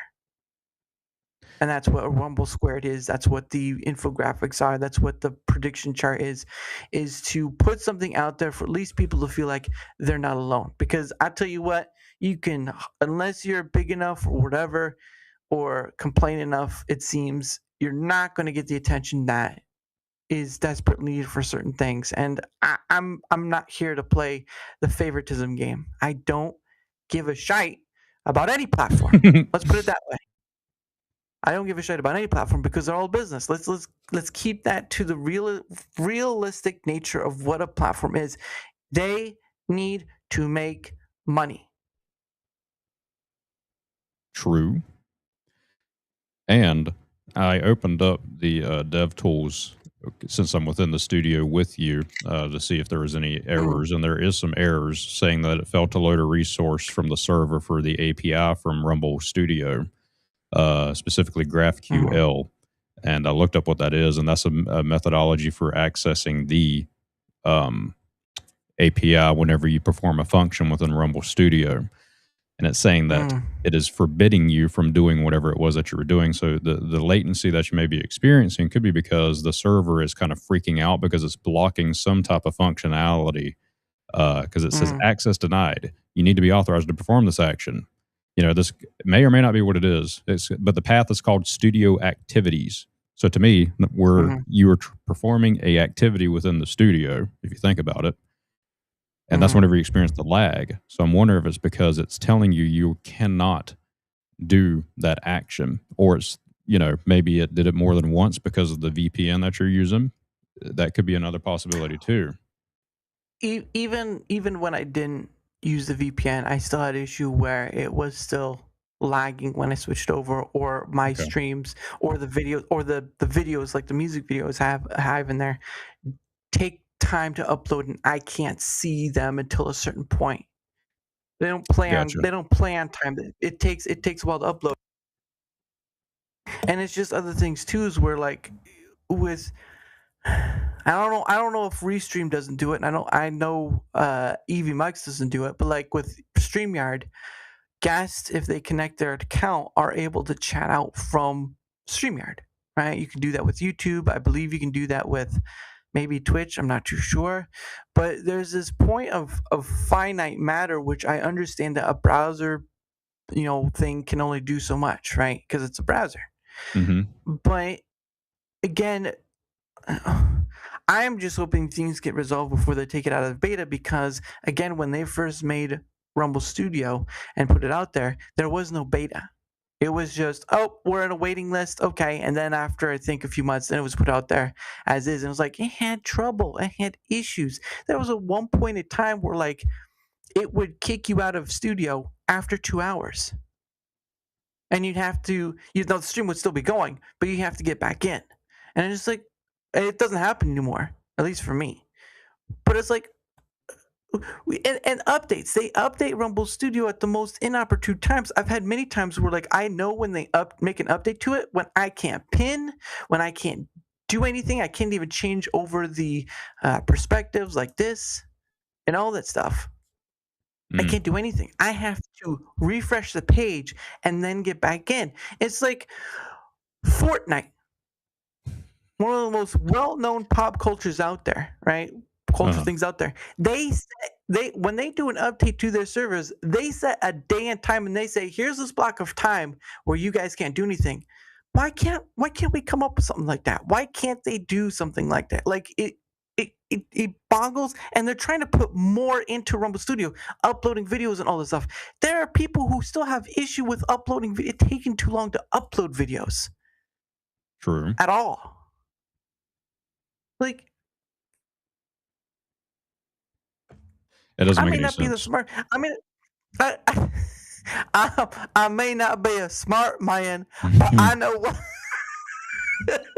I know what working is. I know, yeah, that's right. I know working for free too, and I ain't doing it no more. You can't make me, man. Oh, he says AI Campus says Swampy, thank you for what you write in X or on X. I think it Oh yeah, is. you're welcome. Yeah, don't worry about what people are doing, brother AI Campa. Golly, just do what makes you happy. He was worried about losing some brothers because he thought somebody didn't like his content. That's the context to his tweet. And I'm like, come on, man, don't apologize. Just keep Um, trucking. yeah, that's one of the weirdest things. Not just him, but like there's many other people I've seen it too, where it's like my. When we're talking about growth, my growth is slow on both ends. Like I have more on Rumble, sure, and the other platforms are what they are, but like I've still grown to some degree, and it's just I don't know. This is here's one of the things. I'll get back to the Rumble thing. Let's just point this out.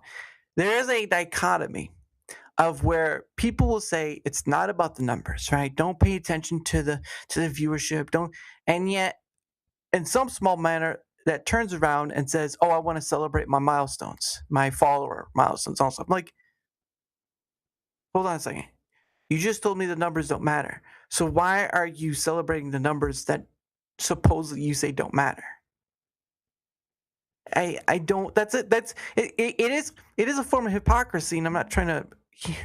I'm not trying to be like that person that just points out hypocrisy, but I am trying to bring up the irony of like, why do you say this thing when you go around and say, "Oh, I celebrate this thing"? I don't. I just. You see what you at least can see where I'm at. Mm-hmm. It, I don't know. It's just these people. Um, I I'm had sorry, something and then I Grit. lost it.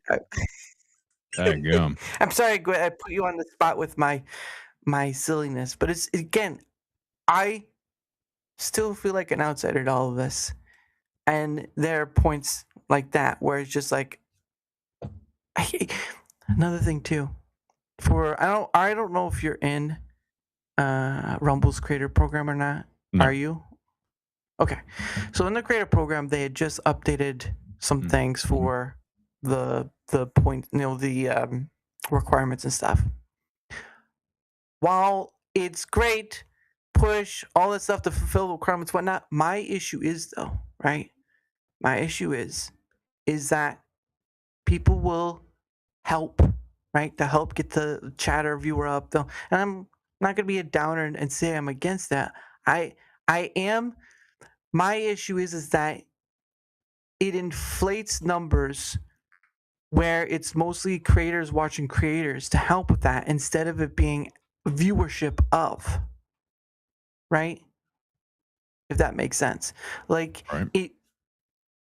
it's like when someone says, "Oh, you know what? I'm going to just leave this tab open so that way you can get the viewer time while I go and take care of some errands." I'm like, that's Mm-hmm. mm, you that we've seen a lot of people talk about botting on Rumble, right? We've seen a lot of people talk about it. Some people have lost their channels. And on the very rare occasion, a few have probably lost their channels because of false accusations of botting. And yet, people are doing a human form of that, True. right? Why why are you leaving a tab open to help someone get their hours if you're not going to be there to watch it? What is the point? Oh, I'm just helping them out. You're not even watching their content. What are you trying to do? You're just inflating their numbers. You're becoming no different. Ugh. See, that's kind of an interesting line to walk down because if you think about it, CNN or whoever else is getting their numbers from every airport in America having that stupid channel running. It's true. So, It's and true. then the second point too is that also see this is why it's a gray area. It's very hard. But the second point is um, you may have individuals who just put it up onto their TV or whatever it may be. Like I have a lot of brothers on YouTube that do that, and they just have it playing in the background. I do that all the time. I'm usually a lurker. I'm here and you may not even know it because I just put it up and I go about my business by doing what I'm doing. And then sometimes I'll comment or whatever if I feel like it.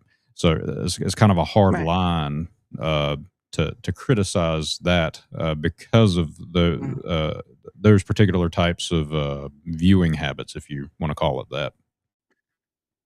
Well, no, I give exception to like people who listen because I listen to stuff I don't always watch because I'm at work. So listening, like if you're listening to it, then that's I give to that. I give lenience to that because you're listening. You can't always watch, and sometimes you don't need to always watch. Although sometimes there's information that's a visual marker, so Right. I know that. But like when someone says, "Oh, I'm just gonna leave this tab up and I'm gonna go off and run some errands and do other stuff," like you're not even listening, you're not even watching, you're just inflating someone's numbers. And you're not wrong. You can go to any airport and CNN will have their stuff inflated because of just being on the screen to whatever, and they'll take that as probably like a viewer account or whatnot. So there is that too. So there is that other aspect too. So I can agree on that remark. But for me, it's just like you're gonna have people who are other content creators on Rumble go around and try to help people meet their numbers when it's not much of a viewership. It continues to show the point that Rumble has a discovery problem and a viewership problem, and all you're trying to do is keep that circle going, and it's not gonna grow in the way it needs to, if that makes Right. sense, at least from my perspective. And that's And kind so of there are. no. I'm sorry. Go Go ahead. ahead. Sorry. I was just going to say that I'm all right with the exceptions because I understand that. But beyond that point, like there are those points where if you're just going to go up, walk away, not even listen, not even watch, then you're just inflating someone's your viewership numbers, and all you're doing is you're doing in similar fashion to what people will accuse others of botting. There's no one there to watch or listen, but hey, there's a number. Right. Um, I can be wrong. So yeah, because that even still that can tread into gray area too. Because I can see the viewer habits of like my swamp wife or my, some family or friends. What they do, they literally just click Hmm. on a video or in this case, click on a live stream and they just play it. They may not Hmm. even be actively listening to it or watching it. They could just be wanting noise in the background while they clean or whatever it is, right? So that's another point too that you got to consider with that of the gray area of Hmm. being wrongly accused of bots and stuff because there's a lot of people that do that. And yes, of course, you want to Hmm. grow organically, but there's a reason that that person clicked on your video or clicked on your live stream, whatever it may be, to play in the background in the first place is because they like you. And if you're doing that, you're already Hmm. growing organically because you got somebody to appreciate your content to some regard, or the person who's making the content to at least have you on in the background. Yeah. No, and I can agree to that point. I'm just there are there's just points of contention that I have, Hmm. and it's not to everyone. It's just those sly points Right. that it doesn't make sense to me. And for people who say Rumble is growing and all this stuff, and yet it's come to find out it's just mostly creators watching creators. Like, what is the growth? Hmm. Just another creator to follow you? Like, I'm not against creators following me, but like how does it help grow a platform that promotes itself on many points of hype and yet its system is still lagging behind? Like there was a point, I think wasn't here, it was on Pickaxe where someone had made the point like, YouTube second year, Rumble's second year and YouTube second year were kind of similar and all stuff. I'm like, but people have to remember that the second year of YouTube, first off, it was sold off to Google at the end of 2006 or 2005, I can't remember. Yeah, somewhere in there. And s and so the first year of YouTube was just basically creating for the sake of, and then Google took over, and I think the original people stayed on for a while, and then they went away, to do their own thing. Um, but to make comparisons during a time of like 2005 versus 2013 or even 2020, like the technology of that time was quite different. Like talk of AI was not even there yet in 2005. Hmm. Like and it was just like I get what is happening, but the comparisons aren't similar in the regard of we're at a pace where the things that have already been done have been made, and we're now in this game of catching up or trying to like the I had the head of operations at one point in a post tell me, it's like we can't just plug and play to the platform, like you have to build into and all stuff. Like I get that, but you're kind of lagging behind on the things people are already used to. Like you don't need to make another YouTube, but like make it work. make Yeah. make make it work. Like the whole thing of Kiss is that regard. Keep it simple, stupid. Yeah. Oh, I'm sorry, stupid simple. Okay, there. I think I got that wrong, but still. Same thing. No, I'm just kidding. But I wouldn't be surprised. I wouldn't be surprised. Just coming from a man in the swamp. that's right. Yeah. I'm going to trust that man over everyone else. So I believe Uh, Rumble's in a place of growth where currently the pitch was originally rather to the way they got mm, me over anyway. So it wasn't the original pitch, I'd imagine. I don't know. I don't right. care. But what got me over was the advertisement of, you know, we're not going to restrict you. You can make the content you want to make. Because I was in the like Mm, 2021 to 3, 4, whatever era where things were really mm, crazy. Um, sure. Yeah. so that caught my interest, but I didn't make the move because all I saw was political stuff on the front page, and that's not the type of stuff I get into. Yeah. Just because, I just think it's, mainly all of it is just lobbyists making fights for stuff, and then a left wing person takes it and starts spitting it out, or a right wing person starts Mm, taking it and spitting it out, and it's completely useless to mhm, argue unless it's like valid, stuff to argue about. mhm, um, which was the case. It's not. Uh, so that stopped me. But then I came over because I was like, okay, I might as well because I feel that there could be a chance that Rumble might become a thing, and then mhm, I'll have myself established on the platform in the event that it does.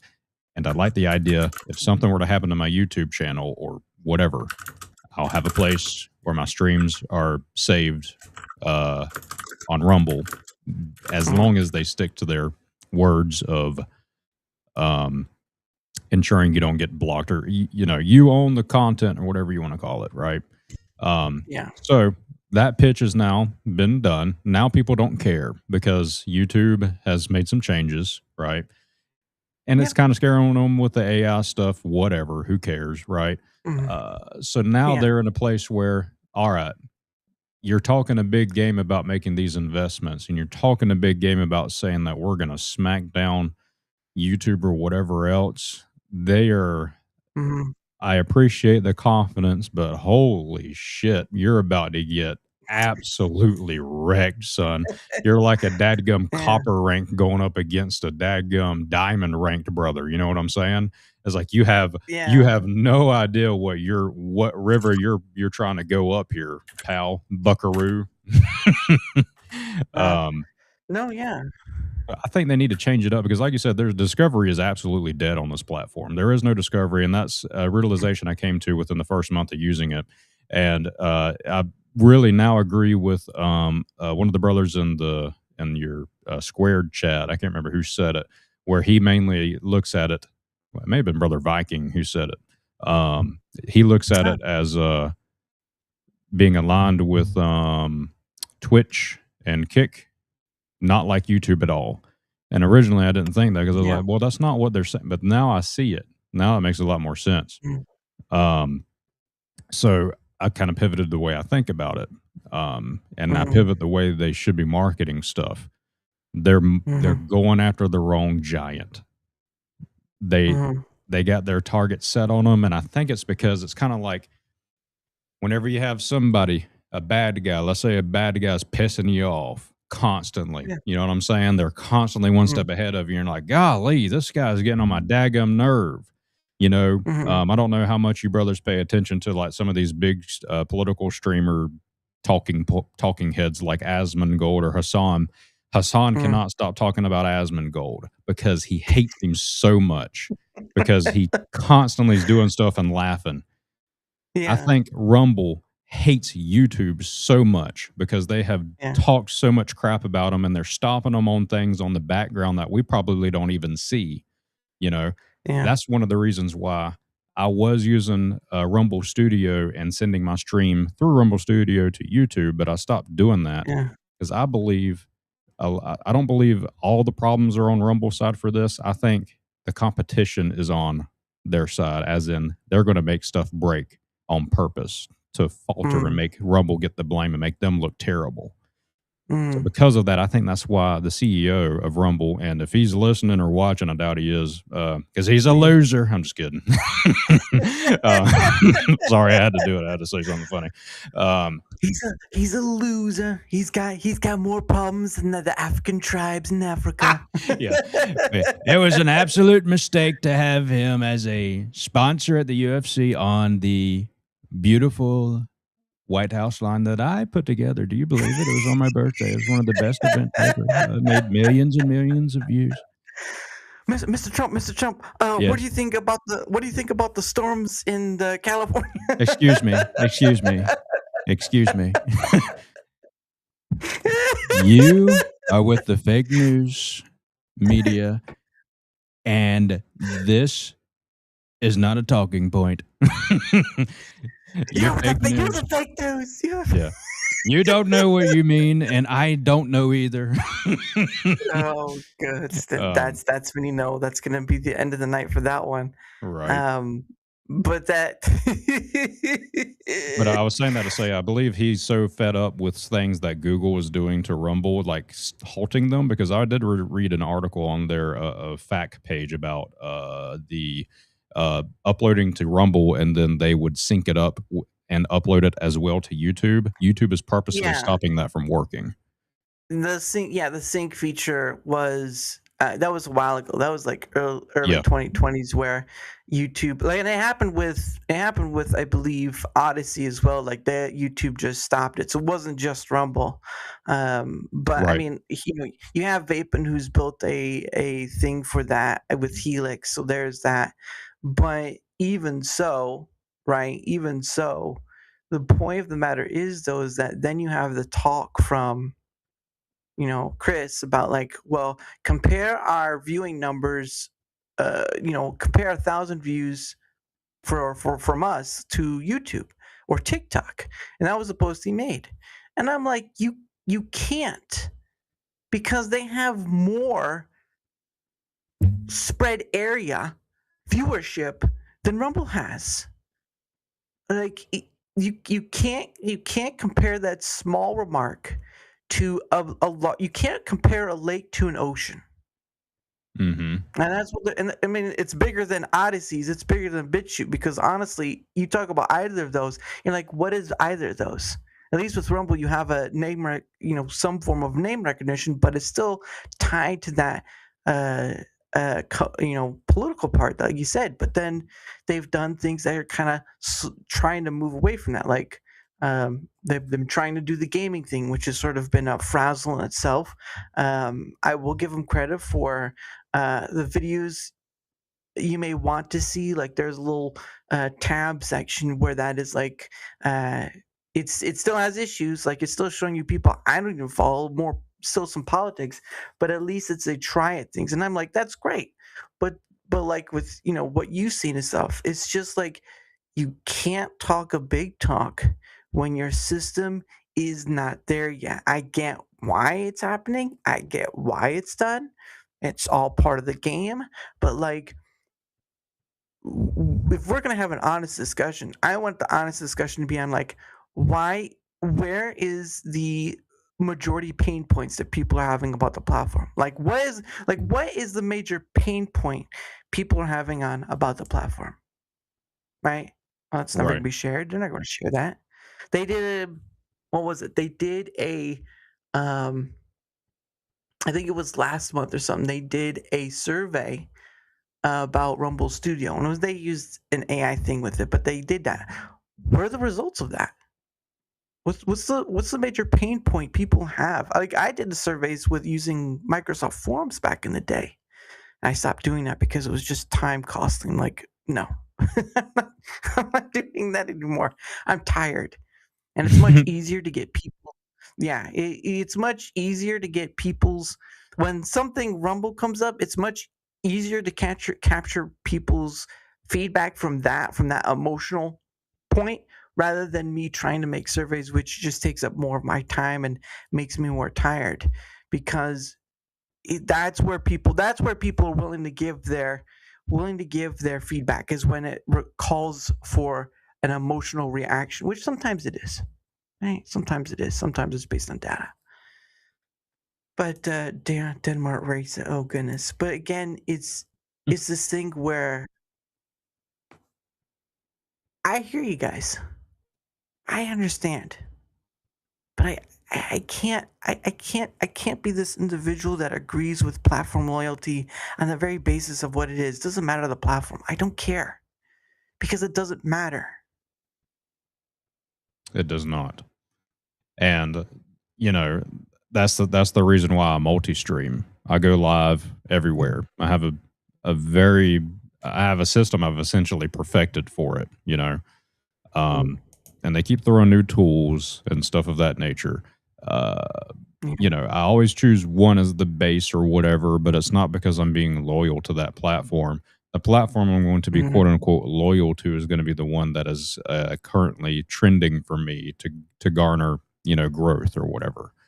Right. But at the end of the day, I hate every single one of them equally. I have my beef with every single one of them. And I don't know if there will ever be one that's like perfectly in the middle where it needs to be. Because they're all going to have something stupid. Somebody's going to disagree or whatever. But it's a very interesting space right now, especially with live streaming in particular. It's changed very, very quickly over the last 2-3 years. And the tools that we want, the Rumble is in a perfect spot to where they could do it. They could give us the tools that we want, and it will flourish. Because you have Twitch, they're the golden standard. Their APIs, great. Their tools are great. They need to do more stuff like that on Rumble. If they did that, now Kick is coming in and putting in stuff. Their Kick is starting to get, garner some stuff that makes them look good, but people still hate them or whatever. YouTube does not care. They already have their base. They're not going to do anything unless they need to. For example, this is how I look at it. Twitch is just up there. I think Twitch is just a way for Amazon to have a means of writing off a loss on their taxes. They just let them do whatever. Yeah. Then there is Kick. Kick is just like, we have money. We have Gamba, cool. So they don't care. They're like, whatever. And obviously their target is Twitch. Take down Twitch. YouTube's target, take down TikTok. That's who they're targeting now. Live streams for small creators only work if you go live on the YouTube Shorts feed. But there's a caveat to that, a very big one that a lot of people don't understand. And here's my hook for a video if you want to use it. Sorry, I had to throw that in there. You see how good that was? Now you're intrigued, right? That's how they do it. That's what they tell you to do. That's what that guy told me to do, and I bought a $500 course. I'm just kidding. Hold on, I gotta write it down. Okay, we're good. But anyway, the algorithms, in other words, the AI is the big clicker word. It's just a stupid ass algorithm, machine learning, right? Yeah. They're going to look at your stream, and there's areas that they look at. If they see any black lines on there, like the screen is dark, the AI flags that as we're not going to push this stream out because there's something wrong with it. You have to take up the full entirety of the screen if you go live on mobile or in that format, portrait format. It cannot be static. If you have any static images on there, that's the second flag. They're going to flag that as spam, and they do that because they believe you're advertising to go off to another platform. They want you to be loyal to the platform you're on.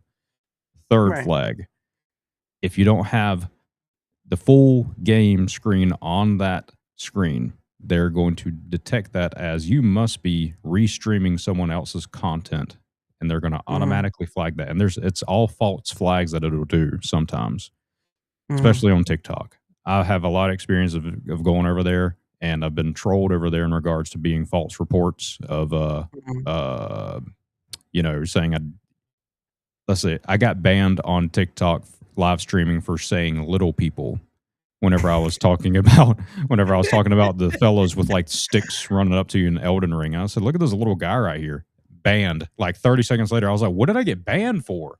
And it said Yeah. for hateful content. And I said, hey, what was hateful? And I looked back and I gave the timestamp, I think, and I was like, "What did I do?" And I said, "Look at this little guy right here." And I was like, "What? How is that hateful?" Was I supposed to say midget? I don't understand.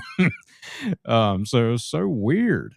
But Yeah. there's these flags that on these bigger platforms like that that will falsely flag your stuff and push it down to the bottom where it doesn't get recommended to other people's For You page feed. That's what they call it, Mhm. right?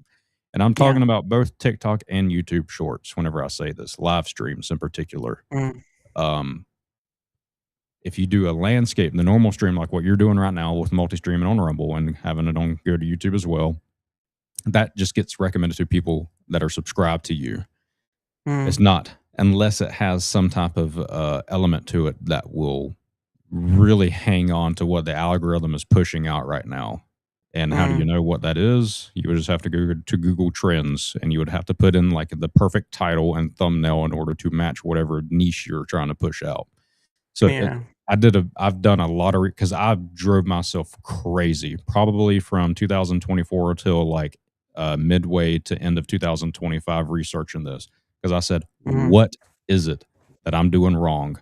And it's yeah. nothing. I'm doing nothing wrong. It's just this is just how it flags you. Yeah. All right. How many flags do I have there, Captain? You're banned from the internet. I'm sorry. You've got one flag. You've got two. Oh my gosh, there's two over there. That's four flags. You've got four flags. I can't believe you're awful. Um, no, and I can understand it. Like again, that's where the only room I feel like I move in regard of is like my description and the tags and stuff because I I don't have the craziness to do those titles that like the 10 top things or the one thing you want or stuff like that. I get it, but it's sort of I'm trying to be honest to what's contained within um whatever the stream of, right? Like I used to, like, at some point I would take the transcript, I would put it through Claude, and then I would try to get the hashtags and stuff out of that to put in with the specific episodes or whatever. At a certain point I just stopped that and tried to find at least common tags I could use just to put in there because it became too much work and I got tired of doing that extra bit. But Hmm. with my shorts, when I put one up because it's been a while, um, I make sure that at least the tags and stuff are like I use for the title, I use for the description for tags. I try to make it at least with what's in that short, right? There's Hmm. no clickbait, there's no hype. There's just about what's contained within that short because I want people to come for what's in it, the people within it, and the discussion within it. Because I feel like playing into that clickbait spiel, playing into the like, doing all these crazy things that are on the screen or all that stuff. Like it doesn't bode well for me. It's like I have to. It almost feels like I have to lie in order to. I mean, I'm a human being. I've lied, but it almost feels like I have to lie in order to get people to watch. And I'm like, the thing I'm building is for long. Is it's kind of more for the longevity of rather than, hey, top dead. We're going to talk about the current thing that's going on right now, and come watch because we're talking about the current thing. I'm like, why? Right. Like, and I think that's my issue, or at least if someone big creator looked at myself said, your problem is that you don't play to the cards. I'm like, who the fudge people who the fudge gets to tell me what cards I get to make? Like I'm making my own, kid. But I get, what's the word? it's to my own detriment. There we go. It's to my own detriment. You know, I could be at 1,000 followers if I played my cards right. But like you said, you drew yourself crazy just trying to figure it out. And I'm like, why? Why does it have to be like that? And even if it's like not, you know, platform whatever that's not to the regard of an algorithm or whatever, you still are playing on the human element, which is wild and free on its own. Mm-hmm.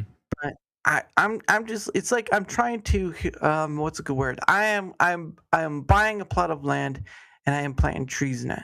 And each tree is a person I've had on. You, Alaska Man Jeff, Panda Sub, all these trees have a name. They're a tree. They're all the trees. And all I'm trying to do is building a place where those people can come and see those trees and like, oh, when did that get planted? What is the story behind this tree? Or what was that tree like or whatever? You know, stuff like that. That's it.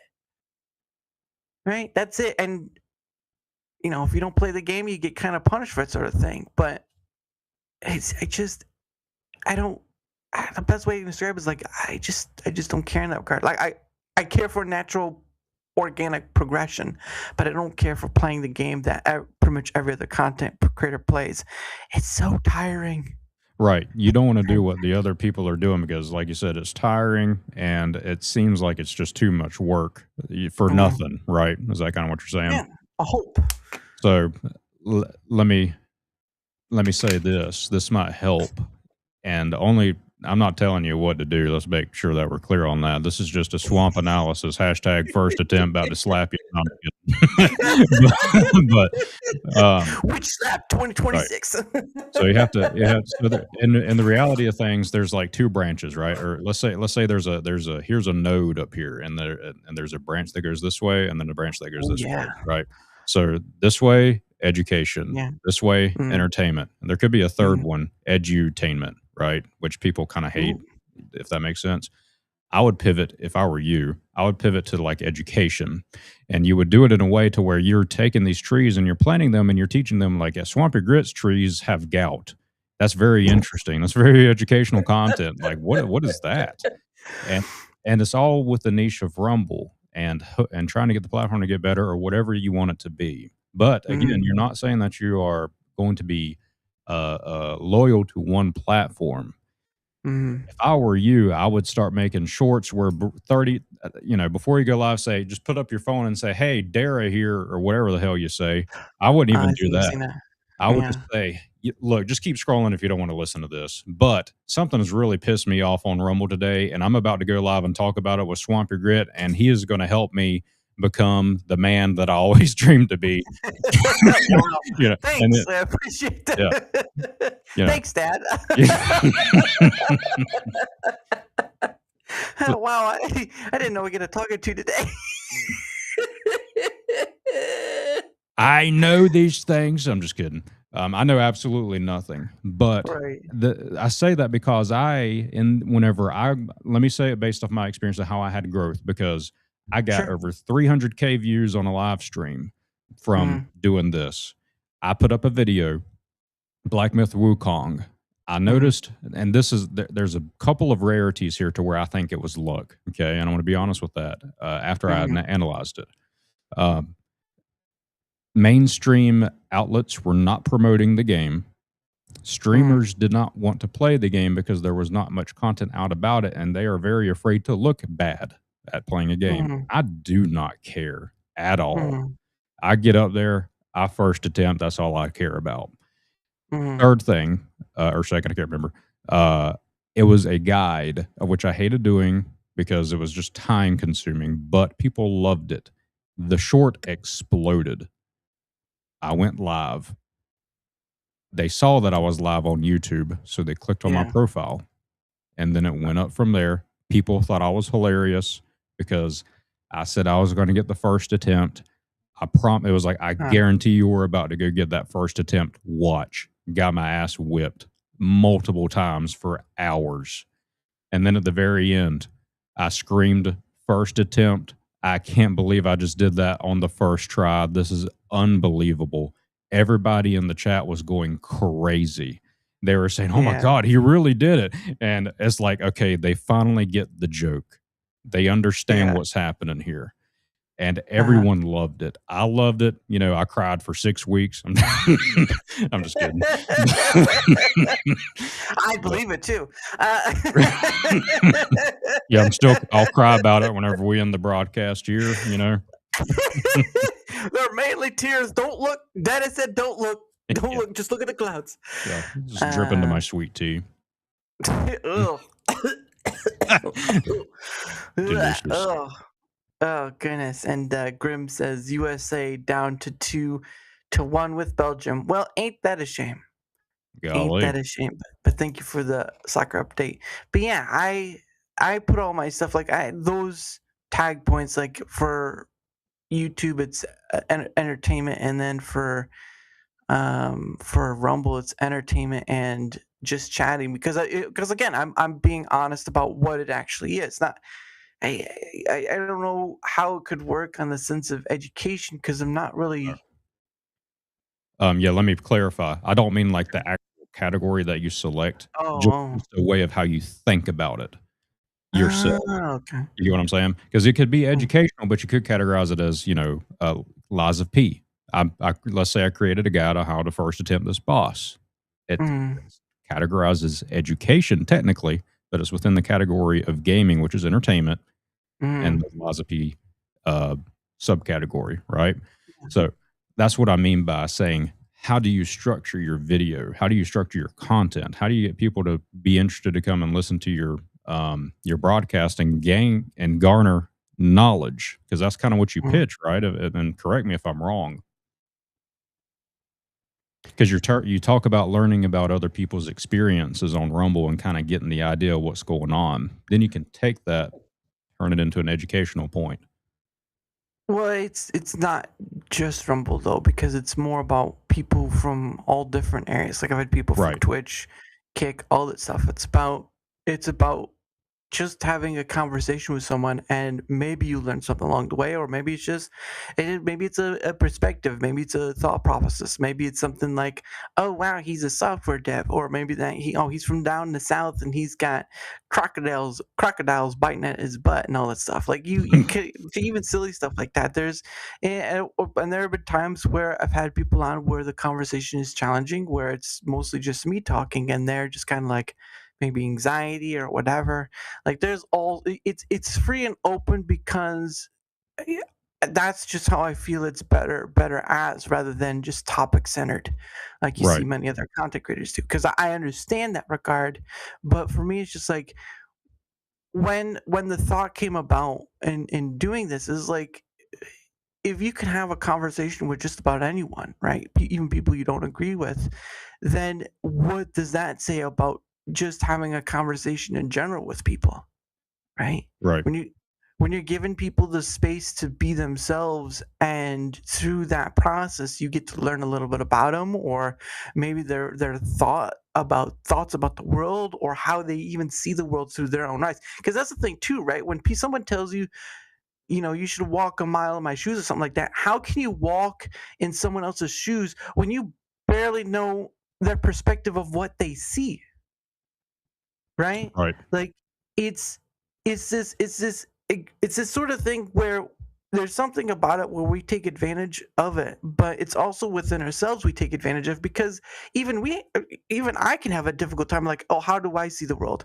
I'm like, well, at times I find joy in it, and other times I just find downright disappointment because people become the thing they say don't want to, and then they turn around and start doing something that kind of falls in line to that regard. Like there is a hypocrisy within all of us that we seem to follow at times, and we want to, all what it's the variances of, but it's like being able to do this allows the ability to kind of not step in that mud, if that makes sense. Hmm. Like I it helps with my own personal bias because now I'm listening to people of all different shapes and sizes, and there's no one right answer to that regard of it.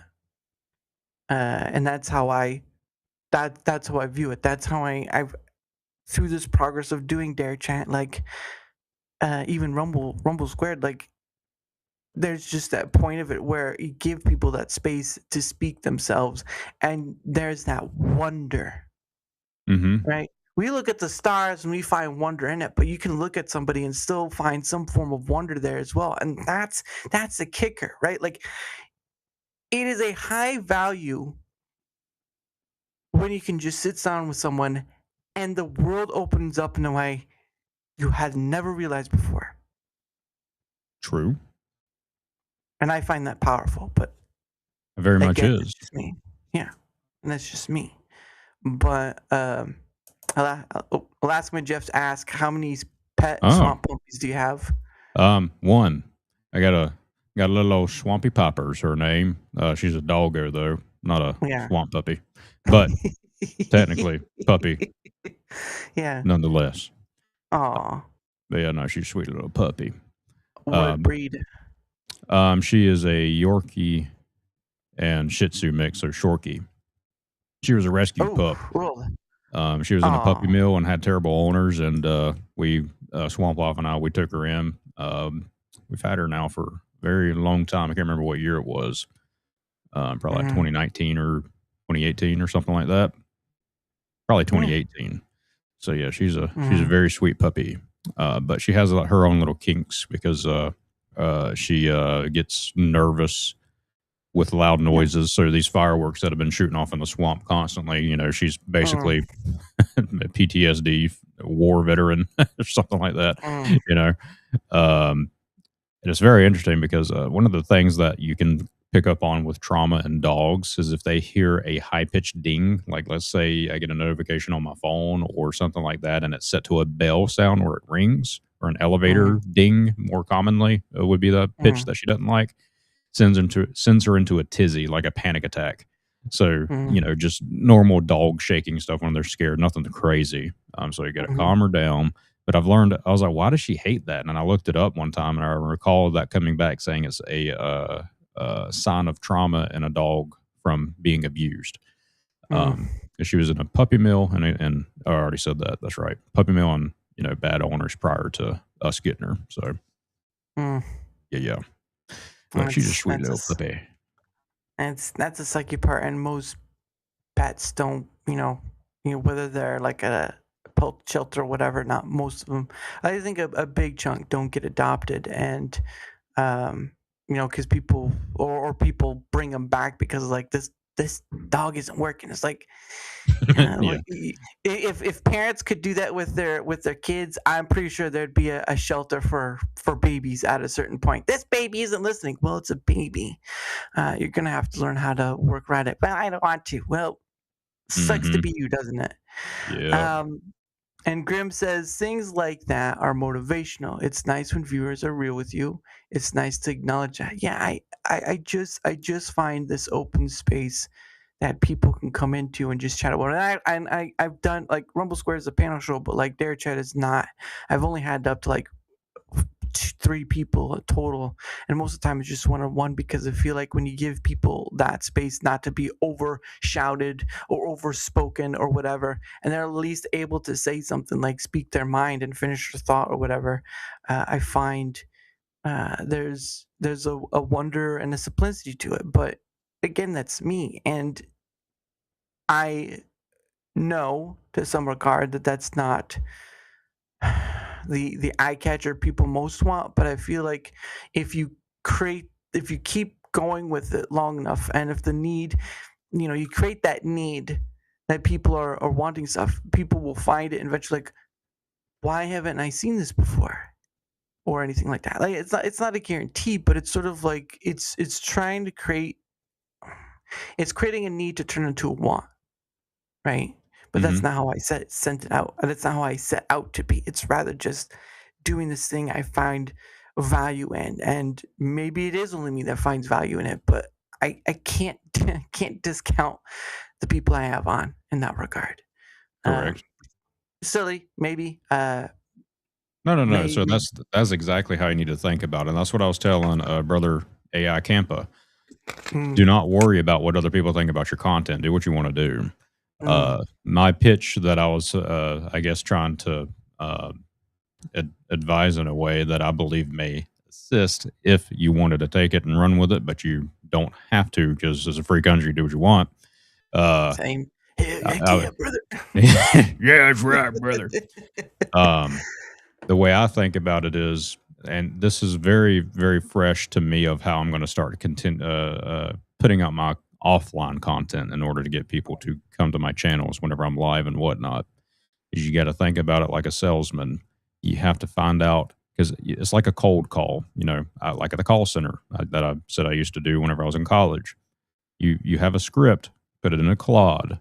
You have a script. You don't need to follow the script exactly. You need to add your personal touch to that script. And it's a way of getting people interested in what you're selling, and what you're not selling anything.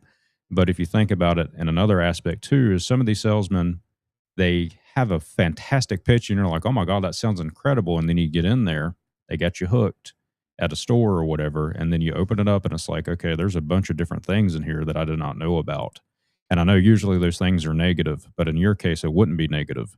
You have just pitched something to someone in order to see the value in what content you're creating on your live streams. Mm, Because if people are coming in to 2-3 hour, maybe even sometimes 4 hour live streams, they're not going to be able to understand what you're pitching within wherever they could be popping in, if that makes any sense. So that's kind of mm, why I've been thinking about breaking it up into those two type of categories. What am I really trying to do here? Mine is entertainment. So I have to pitch entertainment to these people, but in a way it can also be education because I'm showing people how so I guess I can give a little bit more background as to why. So there's the first attempt thing is so much deeper than what it actually is because on mm, the surface it seems like just a funny joke, yeah. but in the reality of it, and you would not know this because I don't pitch it that way, right? Mm, The first attempt thing, it's more of a come in here and watch me swampy grit in a very gritty fashion. It's nasty sometimes. Struggle. I don't look up guides. I don't mm, look up anything. The only thing I have is what I have in front of me and chat. They may help mm, me. They can if they want to by suggesting things. And if I blow up on them, then that's that. Sorry, you're in the line mm, of fire. Sorry, pal. You're on the war. yeah. You're at the front lines with me here. But Yeah. they're learning patience. I'm an extremely patient person. Oh, Like wow. people, they do not understand how I'm so patient. And it's because my swamp dad taught me at a very young age Mm, that he did not do it with words. He did it by annoying the absolute junk out of me constantly. And I never understood why. Like I would just be right. sitting there chilling, minding my business. And my swamp dad would come over there and just tackle me out of nowhere. And I'm like, what are you doing? And he would not leave me alone. And I'm like, Yeah. why is he doing this? I learned as I got older, as I started interacting with people, they try to antagonize you to get a reaction out of you. You look at social media, they Yeah. Oh, yeah. constantly try to antagonize you to get a reaction because that's money. That's something that they're going to get from you. But if Baiting. you Yeah. learn patience, and in some instances it's repetition, Mm, you too will be mo better at these mm, types of things. yeah. And once you constantly practice and just let the rage flow if it comes, but right back on course, that's what the first attempt's all about, is teaching patience and also getting the first attempt. Yeah. Yeah. No, then you're not wrong. Like the whole of social media baiting or engagement baiting or stuff like that. Like you do see a lot of that, and there are times where I had in the past I had fallen into that too, but then at a certain point, like I just started like there are points where I've put something through. I've used Claude as a filter, basically, like to keep away Mm, from falling into those traps where it's just like, yeah, AI, whatever. But there's also a discussion to be had of like this filter can help prevent something that didn't really need to be, or when to walk, or when or better walk away. Because sometimes that's a thing people need to do is just walk away, and like you said, some people thrive on it because it's money. and it's true, right? You Mm-hmm. see that in X, like all the fulfillments and stuff. But at the end of the day, there's that filter I use with Claude, and it works to that point. And being logical about the situation, or answering in the regard of, but at a certain point, it's like, nope, just walk away. You've already explained your point. You're done, and that helps that process. But like, you're not wrong. There is a form of patience that kind of needs to be learned, and I have a form of that. Like, there are times where I got frustrated during doing the survey stuff and all that, like trying to find the best route and getting those surveys. But then after a while, I was like, you know what? This is taking more energy than it needs to be. Let's just try to find something that'll just work. And and over time, with Claude's help, like, doing the I used to do. I didn't do the infographics that I did at the beginning. Was sort of just like taking an Excel sheet and using that, and then trying to put that in a, a graphic status as myself. So if you go back to even see my first graphics for Rumble Squared, you'll see it's a lot different than it is now. But now that Mm-hmm. Claude is able to make those infographics, and I'm feeding it the information that's coming from people who are giving their feedback, I can use this sort of tool that cuts down and makes the process still enjoyable, rather than just like, I gotta make another 20 questions for this survey that's just and I'm not getting a lot of responses. And you just try something else. And but yeah, there's a form of patience. And Grim says, a very smart woman told me that with shorts and how things work right now, your content creation for what shorts shorts and participation in your community's number one. Live streams are a reward. Yeah, and it just I interact with all the people that come in, except for like bad actors. Like, there's bad actors in the chat. I just no, sorry, I don't. You don't need my interaction. You're not there for. You're just there for me to get a rise. Like, you talk about trolls and stuff Mm-hmm. like that. You're just there for the rise, and I don't care. I'm not building this for bad actors. I'm building this for people who want to be part of it, who say yes. And that someone might say, well, what about a bad actor saying yes? Well, if there comes a point where I get that feeling, or I see something that says that, then they only get one time, and that's it. Like that, I don't really need to give any more audience to that. But there's always those points. And again, like I said, didn't know how I wanted to do this, found my piece, and something, says, I don't have to do the daily thing like I do or whatever. And I haven't when it comes to holiday weekends, but something internally says, keep going. The thing, you might not see it right now, but later on you will. And that's what I keep going with. Is that the payoff? If there's a payoff, the payoff's not now, it's later. And, um, I'll stick with that, because I got nothing. For me, I got nothing else. I don't feel like I got anything else, and I was directionless and all that stuff. And here I am with this, and there's some form of direction because I get to talk to people like you, Yeah. SwampGrit, and that's the whole point. But anyway, it's way past the top of the hour, so we're gonna start winding down and getting out of here. But let me find. Nope, nope. I gotta find my links. Oh, here we go. Here is the Swampy Grit. So if you want to promote yourself again, good to the floor is yours. Yeah. Sure. A lot of the brother said, my name's Swampy Grit.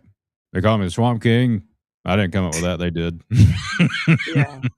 Yeah. First attempt specialist in video games. Get it done every time. First attempt. I don't care what the haters say. They can say what they Mm. want to say. I don't care. Mhm. Software dev, so I do have some experience in that. I do enjoy helping brothers who do need help with stream setups and stuff of that nature. Never mind helping a brother out. Mhm. Thirdly, I use AI to make music. Have an album coming out August 14th, 2026, Nice. and live playthrough of that album will occur the day after on that Saturday, August 15th. SwampGrit.tv is a very new link as well. If you want to go there for all my socials, it also has a placeholder for whenever I'm live. So if you just want to visit the site, it'll have my stream up there on, right now I have it switched between Twitch or Kick, but I do multi-stream everywhere, essentially. All the main primary ones: YouTube, Rumble, Twitch, Kick, Mhm. Swampy Grit everywhere. That's how you find me. Nice. And the man himself is, even though he's from the South, he's as smart as whip, and so that means you probably should pay attention. So, Smart as a switch. there you go, right there. He said it himself. So if you want to know where else Mr. SwampGrit is, you can go to the link right there, and I'll take you to all his places. Thank you so much, sir. And of course, if you wouldn't mind leaving a like, sharing the content, leaving a comment, or follow, anything that helps with the engagement factor, because that's what it is at the end of the day, is much appreciated. So, uh, I forgot to mention this first time. It helps helping with the engagement helps not only with being seen more, like we've just talked about, and like most creators want to be. It also helps having other people on, like Swampy Grit, like Alaskan Man Jeff, like Pudge TV. I've had Lumpy on. I've had so many people, again, over 365 various guests. Golly. Yeah. A few of them will block to me, but that's a different story for another time. But the point of the matter is, though, is I've had an over 365 guests, and the list keeps growing. Because why? Because it goes to show there's always something to talk about, no matter who it is. And that's why I do it, because this world is too big for us to act so small.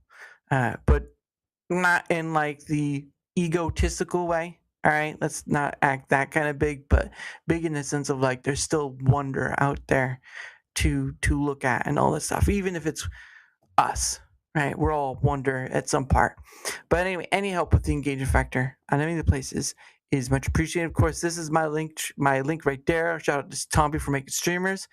All my links are in there. Blaze, Rumble, YouTube, all that stuff. You want to know where I'm at? Bing, bang, boom. It's right there.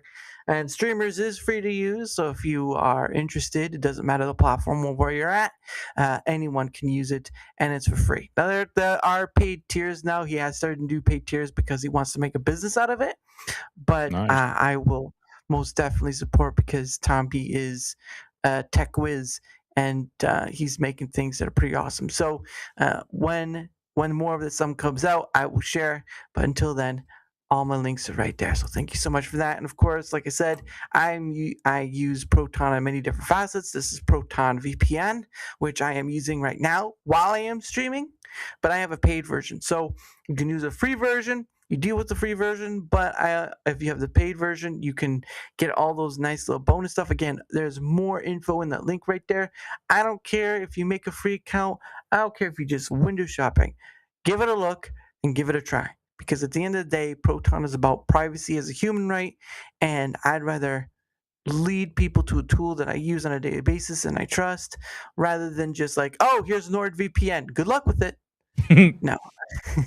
Because you hear that most of the time, like NordVPN, ExpressVPN, or was it like Shark something VPN, whatever it is. Like there's a whole bunch of them out there you see on YouTube that'll get like, part of the sponsorships, whatever. No, I am part of the partner program, but whether I get anything out of it doesn't matter. What matters is you getting something out of it.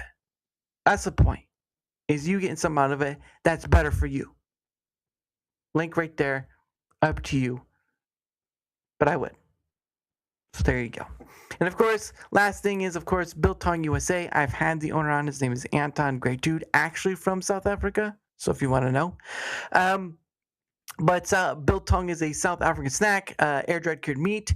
If you want to know what it looks like, if you want to know what it's about, guess what? There's a link right there. They sell more stuff than biltong. They sell sweets and treats from the UK. They sell jams. They sell cookies. They sell all sorts of. They sell crisps, or chips in our American lingo. They sell a whole assortment of stuff, and it all goes to support a family business in Sunset, Texas. Look, a few years ago, people were asking for more things to be made in America. Now, again, the sweets and treats from the UK are not made in America, but biltong is.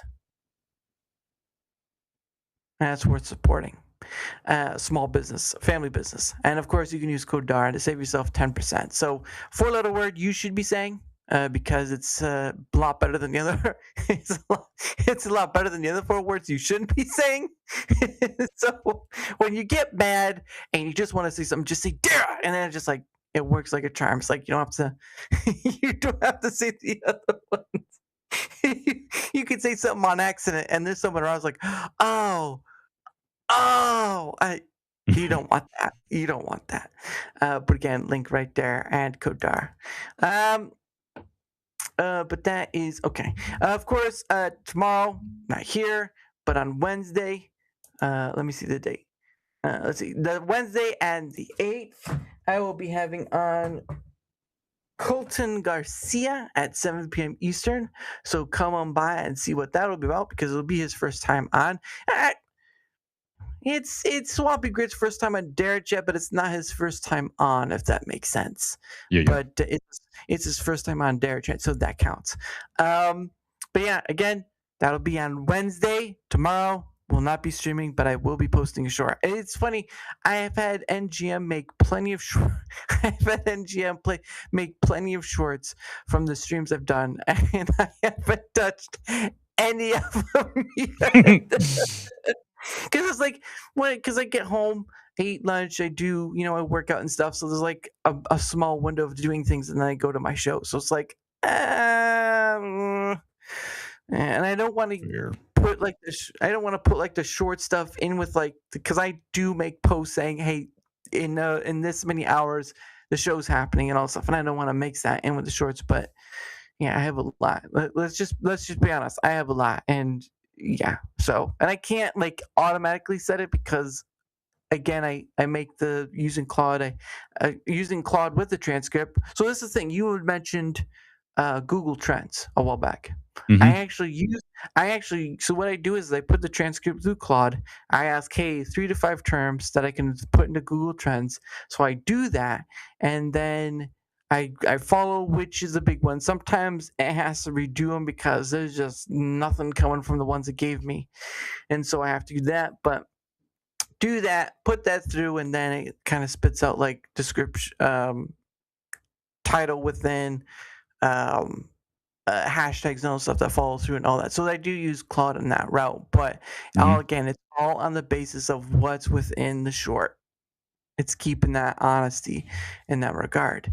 But that's that I do use Google Trends. Someone I think it was like I saw on someone had mentioned it on Twitter X. I'm like, wait a second, this thing exists, and I've been using it ever since because I did not use it when Right. I started making shorts.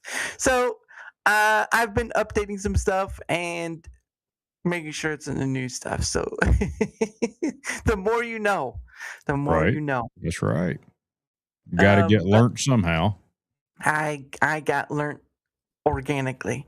But beyond that point, the last thing I do with my guests before we ride off in that glorious sunset on whatever horse you want, I do the last thing I do with my guests is something called questions from a hat. Bought Oh, a hat from boy. Rumble, put some questions inside, and my guest gets 2 freebie questions. Now you can pay for more. Rumble rant. Okay. I'm not monetizing YouTube, so there's that. But you can pay. It doesn't matter the amount. I've had people spam me with ones and get another question. So if you want more than 2, you got to give a Rumble rant until I can find some other means of having something accessible to all the stuff. But it is what it is right now. So are you ready, good sir? Yeah. Okay. My eyes are closed. I'm like Ray Charles. I'm just like, hey. Oh, I'm feeling in the head. I'm feeling the head. Okay. That's not a Here we go. piano. Something's playing. But here's the first one. Oh, I'm pretty sure I know this answer, but the first one is: do you prefer coffee or tea? Sweet tea, light ice. Mm, is it the? Have you ever done the sun, like the sun tea? What is that? Well, I remember my when I'd seen my parents, it was like putting a bunch of tea bags in a jar and setting it out in the sun. And I guess it Oh. stays out. I guess it stays out in the sun for a while. That's just remember how they did it. So Oh, that's they okay. call it sun tea, but I didn't know I it had might a be wrong. name. I just thought that was sweet tea. Oh, all right. Well, the more you know, Yeah, I know and the more I know. you can cook it that way a little bit faster too if you fart on it. That's one thing too, because it like if them things are hot, son. Oh Lord, have mercy. But yeah, you can put that thing out there in the sun, and it'll you got to be careful because if you leave it out too long, it will get bitter. You know, Really? uh, yeah, because you don't want to burn the leaves. Because with this heat, my goodness gracious, it'd be boiling as soon as you put it out there. It's Mm-hmm. hotter than hell in the swamp, and the humidity adds to it. You Mm. you walk outdoors and it's like, why am I covered in water? And it's like, why can't I breathe? Why is there a hurricane like trying to kill me right now? Why did Crazy. it look like? Yeah, that's like it is crazy where you step outside and just like you went for a swim in your clothing, it's like, wait a second. Hmm. Breaking out in the It's not. sweat from doing nothing. Oh, it's the worst. It's the worst time to work outside. But I tell you what, I'm pretty sure a lot of people do in the South. Yep. More power to you. More power to you. But again, second question, uh, what what is a simple pleasure from your childhood that still holds up today? Video games. How am I not surprised? Music actually didn't come till later. You would think it'd probably be No. music, right? That would have been another choice. Uh, Yeah. but I didn't get into music until probably fifth grade. And like I said, I was originally going to pursue that as a degree, so I did take up the college level music theory and stuff. So Mhm, whenever it comes to the constructing music, as I'm not just some guy that's just putting it randomly together. I think about it mhm, very thoroughly. Um, mhm, and I know all the different rules from the different eras. 20th century mhm. rules, basically for music theory, there's none. It's like Wow. you could throw pots onto the screen and make those sounds, and that's that. There you go. You wrote a 20th century style, you know, piece of music. Nice, so I can just bang pots together and I'm already there. Yep. Congratulations, you're a composer of 20th century music. Hold on, I got something. Alright, I'm a musician Copyright. now. You stole somebody's song, and just like that. Someone comes in is like, "That's not how that works." It's like, "You're wrong." But no, that's pretty interesting. But no, that's pretty, like, having that video games and stuff, like, I just as kind of a side note, like, I remember when my parents, I think, still have it, but, like, my we had the Sega Genesis, Mm, growing up. And one of the most interesting times was that during the time that my mom would play the Sega Genesis, and one of the games she would play would be Bubsby. I think it was like the first or second Bubsby, and I just like, okay, because my mom has never played a game. She plays games on her phones, of course, mm, but to see her play a game on a console was just a weird thing. Because it's like seeing your parents play a game on a console. It's always a weird thing. But like when you grew up during the time when they grew up during the time of like Atari and right. the older consoles, and then you're seeing Mhm. these sort of new ones. It's interesting. But yeah, that was an interesting time, and I never seen her pick it up again. But it's one of those things in the past, and it's kind of a nice thing too if you can share it with a parent or someone older, because there's always going to be that disparity, that gap. But there's still something to share within it. So, congrats on you for keeping the childhood spirit alive.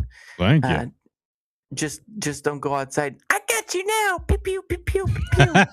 Right. What's the weirdest video game you've ever played that you can think of? First one off the top of your head. Weirdest. See, it's not the weirdest, but when you said it off the top of my head, the first game that came to mind was Beauty and the Beast, and it's not the weird part. It was on the Sega Genesis. It's not that it was Yeah. weird. It was that it was so god dang difficult. There's That this game. The Lion King one was difficult too. That one was Yeah. unbelievably difficult. Mm, Um, I remember having trauma from that one, golly. Uh, yeah, I think for me, weirdest game I can think of, like, top of my head, I played a lot, right? But the one that came right mm, off the top of my head was one called Mr. Mosquito. That was such a weird game, but it was so fun. So it was on the PlayStation 2, and you played a mosquito, and it was a mm, Japanese game, and mhm, you were in a small Japanese family's home, and mhm, each level you were going to each family member and sucking the blood out of them. mhm, And it was so weird because it was like they would be sleeping. you know, or they'll be in like in the bathtub or whatever. And I was like, huh, well, this is ironically a good choice of choosing the woman to be in the bathtub for this level, you know, and you had to fly up, and it was so like, like I think he even had to land on her chest, and he's like, zoom, and you had to like a mini game to suck the blood out, and it had like S plus level or whatever, Mm, but that game was so weird because it had like a weird storyline, and like the final end boss I think was the dad, and you just had to avoid getting smacked because if you get smacked, you lose health and could die or whatever. yeah. But it was such a weird game. Oh my goodness, that. Oh, there's a lady in the bathtub. Oh no.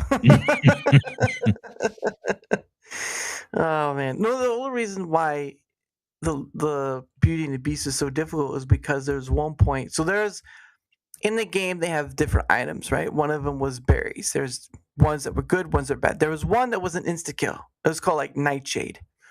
And the problem of it was is that this certain like if you were to jump up too high enough, you would hit this nightshade berry. And this is like the first level, right? Hmm. You jump up too high enough, you could actually hit it. But the problem with it was is there was an enemy below it.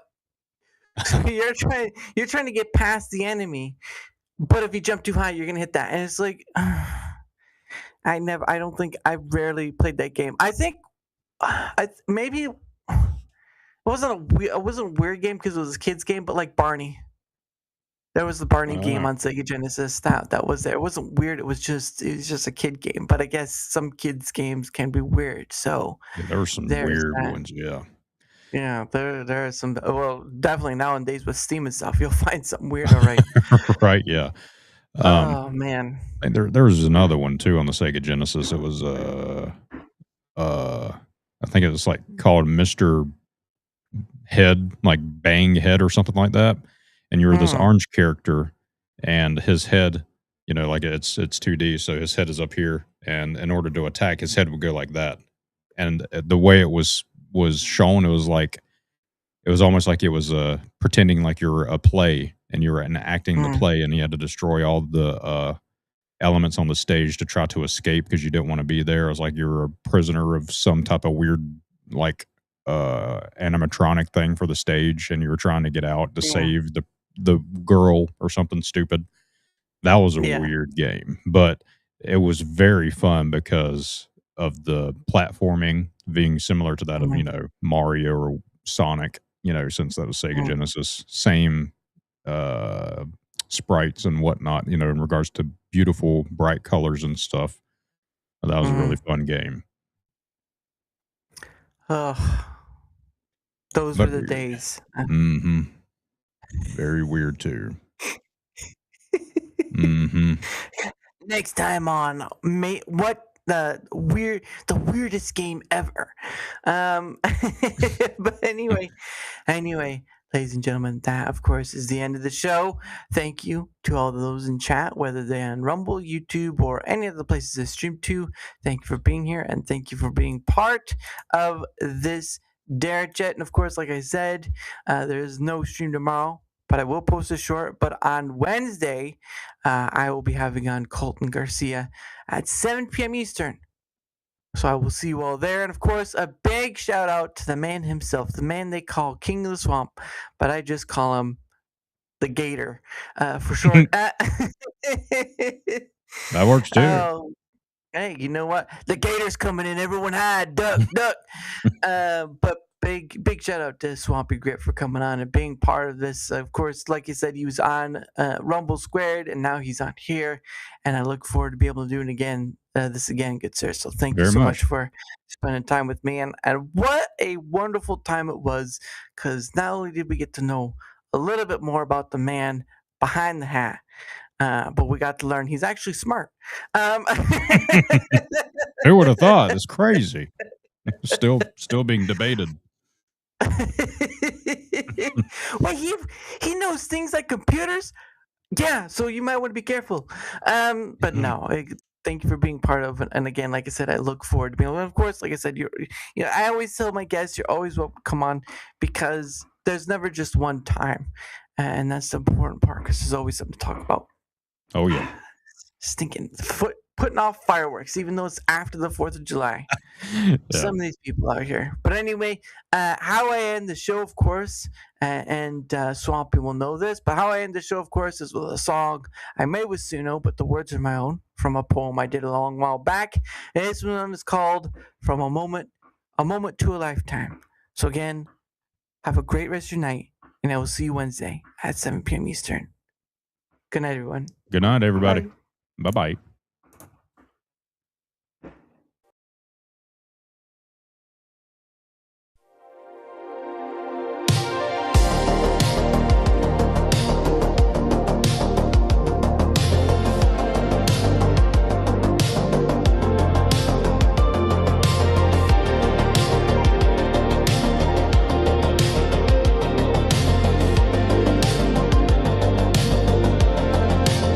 Give me a moment, and I will make a lifetime.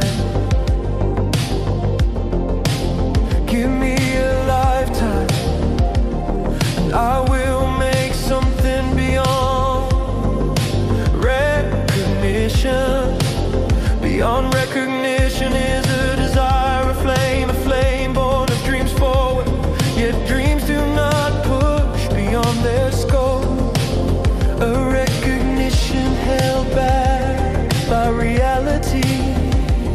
But reality's a dreaming way to come true, and be reality. So what do you wish? What is your desired reality? In truth, maybe not much. In truth, maybe it is. Only you can weave the dreams of wanting reality to form, and then, only then, will you create it.